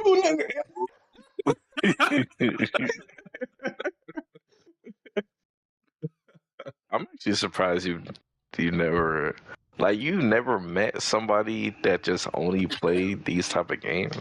Oh yeah, I know a lot of people that only play these type of games, but we call them casual gamers because they play the casual games, the games that everyone plays. Like I said, casual gamers play in FIFA, Smash 2K, Bros. Those are the only games they play. Yeah, but and you could be a Fortnite. gamer and play other stuff from Yeah, like, at least they're a casual. Yeah, Yeah, but exactly. But those are the casual gamers. They stick to like 5 They games are- every year. Yeah, But they're not casual. They are. So just know that they the ball and gun gamers. That's crazy. Y'all heard it first. The ball. I've seen 2K niggas. They spend a lot. Yep, they spend like 20 grand on builds. Yes, bro. The COD people, they will play that They're game. spending money on skins. Ever, bro. Yep. But I mean, I guess that's pretty much it. Yep. I think we covered a lot of dope stuff this episode. Yes, we did. But hey, man, it was lit. It was lit. Appreciate you guys for chilling with us tonight. I guess Mr. Caleb, bro, what's your finishing statement, my boy? Competitive is, and I'm about to. And y'all can try to shame different play styles because I went. I don't care about none of that slander. I'm coming for the victory by any means possible. I'm front running. I'm smuggling. I'm going to be in the mid farming rings and getting speed boosts. And y'all can cry and talk about it's boring, but guess what? I'm gonna be getting top 100. I'm gonna be on the top of the legend competition, and there's nothing you can do about it. See, that's my final statement for your head, bro. Nah, I got it from here. I'm coming back to Speedstorm. I'm gonna win divisions. I'm the new Maxi. I'm better than him. Yeah, I said it. What? That's Sammy. I ain't say that. That's Sammy. And they're not gonna take Sammy serious because you already quit the game, bro. That's the point. They'll never expect it. They'll never see me coming. I hear Wolf on the phone right now, trying to figure out what my number is. Yeah, I'll come back to the game, Wolf. I might have to join them Dons, though. He said he want to eat. Yes. You funny, bro. I guess for me, I already know what it is, man. Expedition 33. Game Awards next week, y'all. It is next week. It is. I can't wait for Arc Raiders to win. Let's go, baby. It's gonna be lit. Hey, Sammy, man, they might announce some shit you might be looking forward to, man. So tune in. Tune in. I mean, we in terms of like games being announced, I kind of already know drop, but the only thing I would care for if they show it at the Game Awards. Sorry, I had to burp. Is Fable gameplay. I gotta see more Fable gameplay because that game's supposed to drop next year. So that's the only thing I care for. The only bro. don't mind you. GTA is supposed to release next year. It ain't even my anticipated game next year. It's Fable. So I'm looking forward to Fable.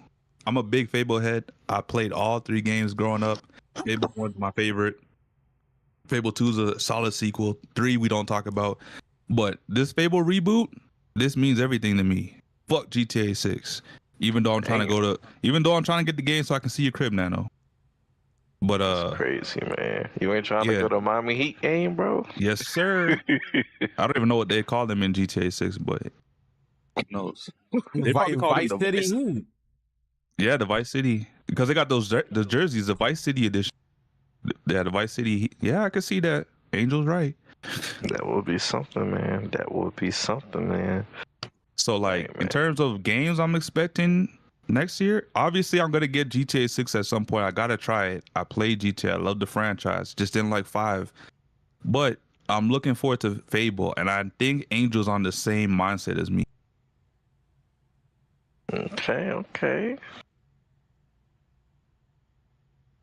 Well, all right. Well, shout out, man. I mean, that's pretty much my finishing statement. So I guess it's up to you, Mr. Angel. Take it away. Man, yo, great stream, everybody. It was nice talking it up with the boys. You know, all the good news that we have, you know, with gaming and, you know, Diddy parties. I mean, pause. That was my favorite part of the podcast. That's crazy. But no, I mean, yo, stay tuned, guys. You know, you guys Zootopia for Speedstorm, for all you Speedstormers, but we also have, you know, Cars is rumored to be the next following season, guys. So we might see a nice roadmap where you know, Cars season. Cars might be coming out. Emperor's New Groove is also rumored for the mid seasons for the Zootopia season. But it's unfortunate.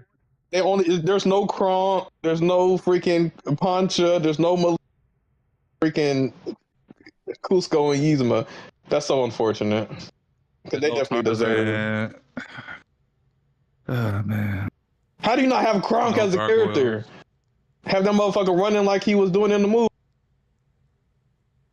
Caleb crashing out, damn. Caleb, we missing a lot of races. I don't know how you only gonna be upset about that. Because that's my favorite Disney franchise. Yeah, so yeah, stay tuned, yo. Big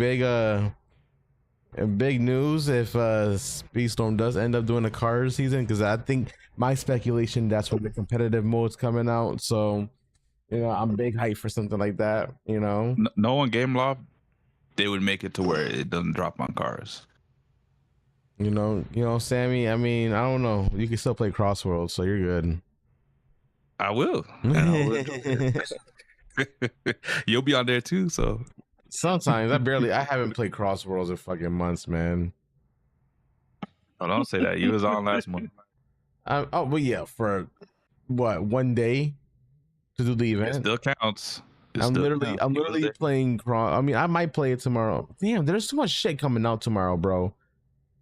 You got for me, you got the obviously. Oh, yeah, the Kingdom Russel comes out tomorrow on Speedstorm. Okay, so there's 1, 2. The new character and the new season for Destiny Rising comes out tomorrow.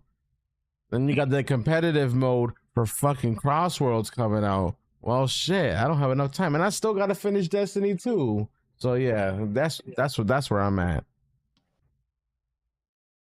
Damn. And I still want to play Where Winds Meet more. So, like, you know what else? Like, I'm screwed. That's true. The same way, I'm playing Anthem right now. I got like 40 days until it's gone. I'm playing Arc Raiders. Sammy, I'm so happy it's ending January 12th and not December 12th. I have so much more time. If it was ending December, I was going to turn on my Xbox and delete the game. I ain't got time for this. About to crunch how many hours to play this game. Yeah, like, forget all that. Yo, man, when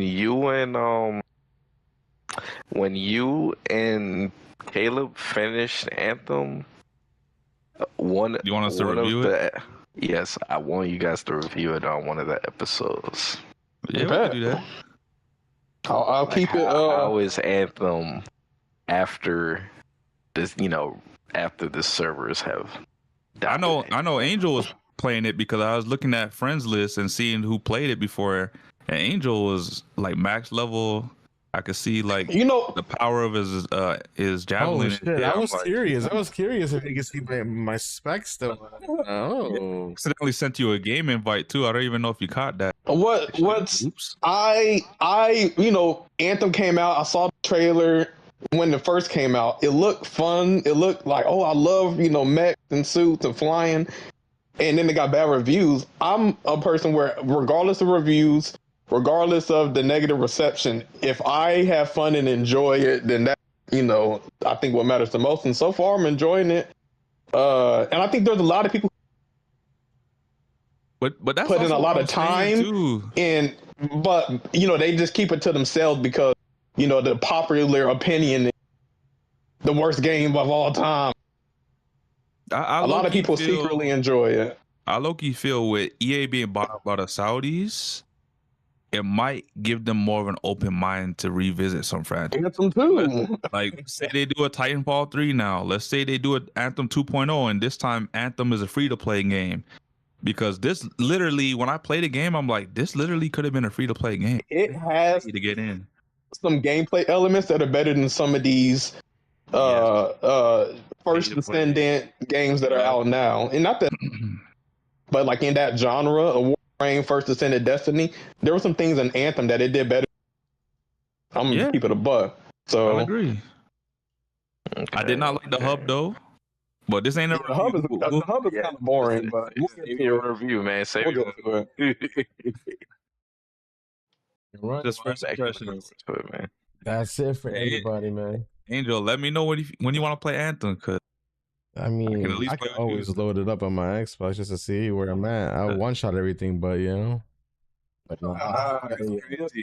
some people been dropping in my games and one-shotting things and helping me finish. Let me find out Angel got a crit build. I don't know what build I have, because I haven't played it since. I think it was I seen it. I think it was an Interceptor.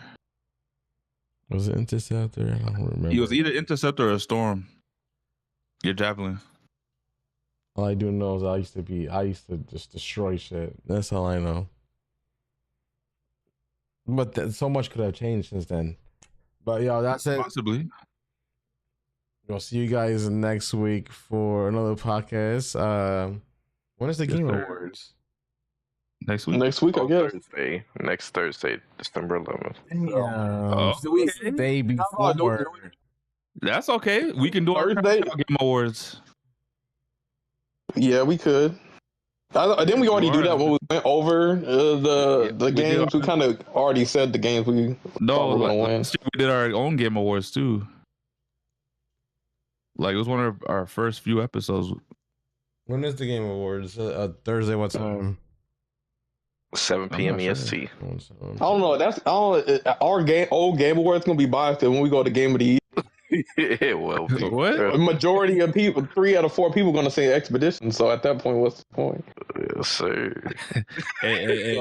Like I said, we already gave our predictions of what game we thought was going to win. So, hey, Caleb, my vote's not 100% Expedition no more. So it's only half. It doesn't matter because if it was for Expedition, Caleb, you gonna have to stop with me. We're gonna have to do this Arc Raiders. I can't do that. You're gonna have to stop me with it. See, guys, this is why we gotta do our awards. We can also have this is why we should not. Okay, hold on. Let me cook. Hey, for that week's episode, we can also go back on the Twitch and have the audience vote with us, so that way we can get a consensus number 1 pick. And we do polls on YouTube. YouTube have polls too. Do they? Yeah. But I mean, shit, we can get the reactions on Twitch too. It's a big event, so might as well, right? Man, you want your game to lose to Expedition that bad, bro? That's crazy. Yeah. See, Caleb, this is why we got to team up, bro. This is why we got to team up. Oh, listen, man. I think I don't know. Caleb, don't do Well, that. I'm excited Don't for the do that. award. Excited for the awards. I'm excited for the. Yeah, I'm man. excited to see this. Maybe we could. Yeah. Instead of Wednesday, we do it on Thursday, and then we do it like our live reaction, or not live, or post reaction to the award show or something. Oh, nah, man. Could do that. I wanna sit there and I'm gonna watch it myself. And I want no distraction. Man's gonna be watching with Pro and shit. Right now. Cause they will have some trailers too. So the biggest thing is some of the new game trailers. So I'm excited for that. Yeah, we'll see. Yeah. We got a week. We'll see. Yeah, man, it's gonna be lit, man. Just man, you gonna enjoy yourself if you watch it, Sammy. I've watched it every year since like 2020, or 2019. Everything copacetic, man. Nah, I'm done with them though. I'm done with them now. Yeah, this is the final straw. Well, listen, we'll watch shape it for you. We'll watch it. Angel, the final shape. You get it? You know what? You fired. Definitely. You fired. All right, Mr. Angel, you can do your thing, bro. All right, y'all. Yeah, have a great rest of your night. If you guys like the content, like, subscribe, hit the bell to get notified whenever we go live. And we'll see you guys next Wednesday for another jam-packed episode of the podcast. Sammy, I don't know about you, man. Sometimes you be saying some sussy shit, man. That's all I gotta say. So we'll leave it on that note. And then stay tuned for next week. No Diddy. To see what I mean? You never know what's gonna come out this man's mouth. What was that? Oh, yo, hey, yo, what's coming out your mouth? That don't sound. Hey, I didn't say that. That was Angel. Hey, on Jeff, this shit on Craig.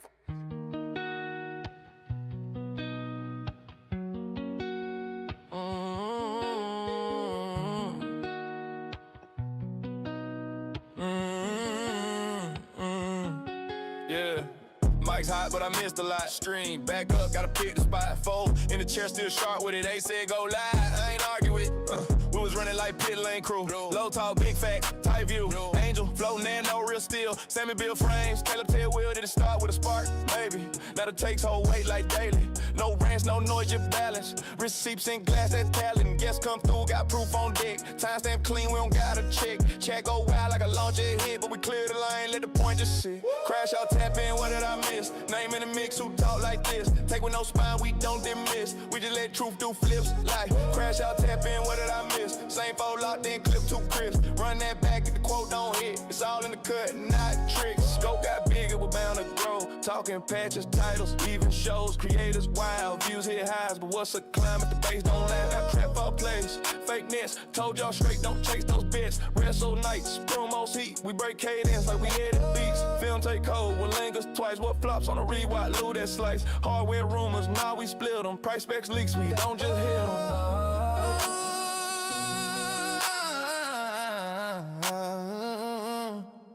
Crash out, tap in, what did I miss? Run that clip, who really like this? No cap, just cues in the docket list. If you ain't got facts, don't twist. Crash out, tap in, what did I miss? Same 4 lives, still talking slick. Angel, Nano, Sammy, and Kayla, we built this seat. Don't trip. Sam Trap War got tainted rounds. People vote like they planting ground. Spy tax, crap match names caught. We slow it all down like a framing core. Recast post, they become the dot. With a meta shift and the top get dropped. Call in, heat like a flame on cue. Found top real and the clips run through, but it ain't just take, it's the way we shift. If you can't cite source, it don't get lift. Don't play that loud if the brood ain't sound. If the tape don't cite, it won't stick round. Mike still warm, but we come with it. Crash outs where the con gets lit. Crash out, tap in, what did I miss? Same 4 chairs, same heat, same twist. Talk got depth, don't need no skits. We don't chase hype, we fix. Crash out, tap in, what did I miss? Said it once, might say it again. If the quote don't hold it, don't make print. Cut through noise, that's it. Mike's down. Docket full though. Next run already locked in. See it. Crash out. Same time. Same time.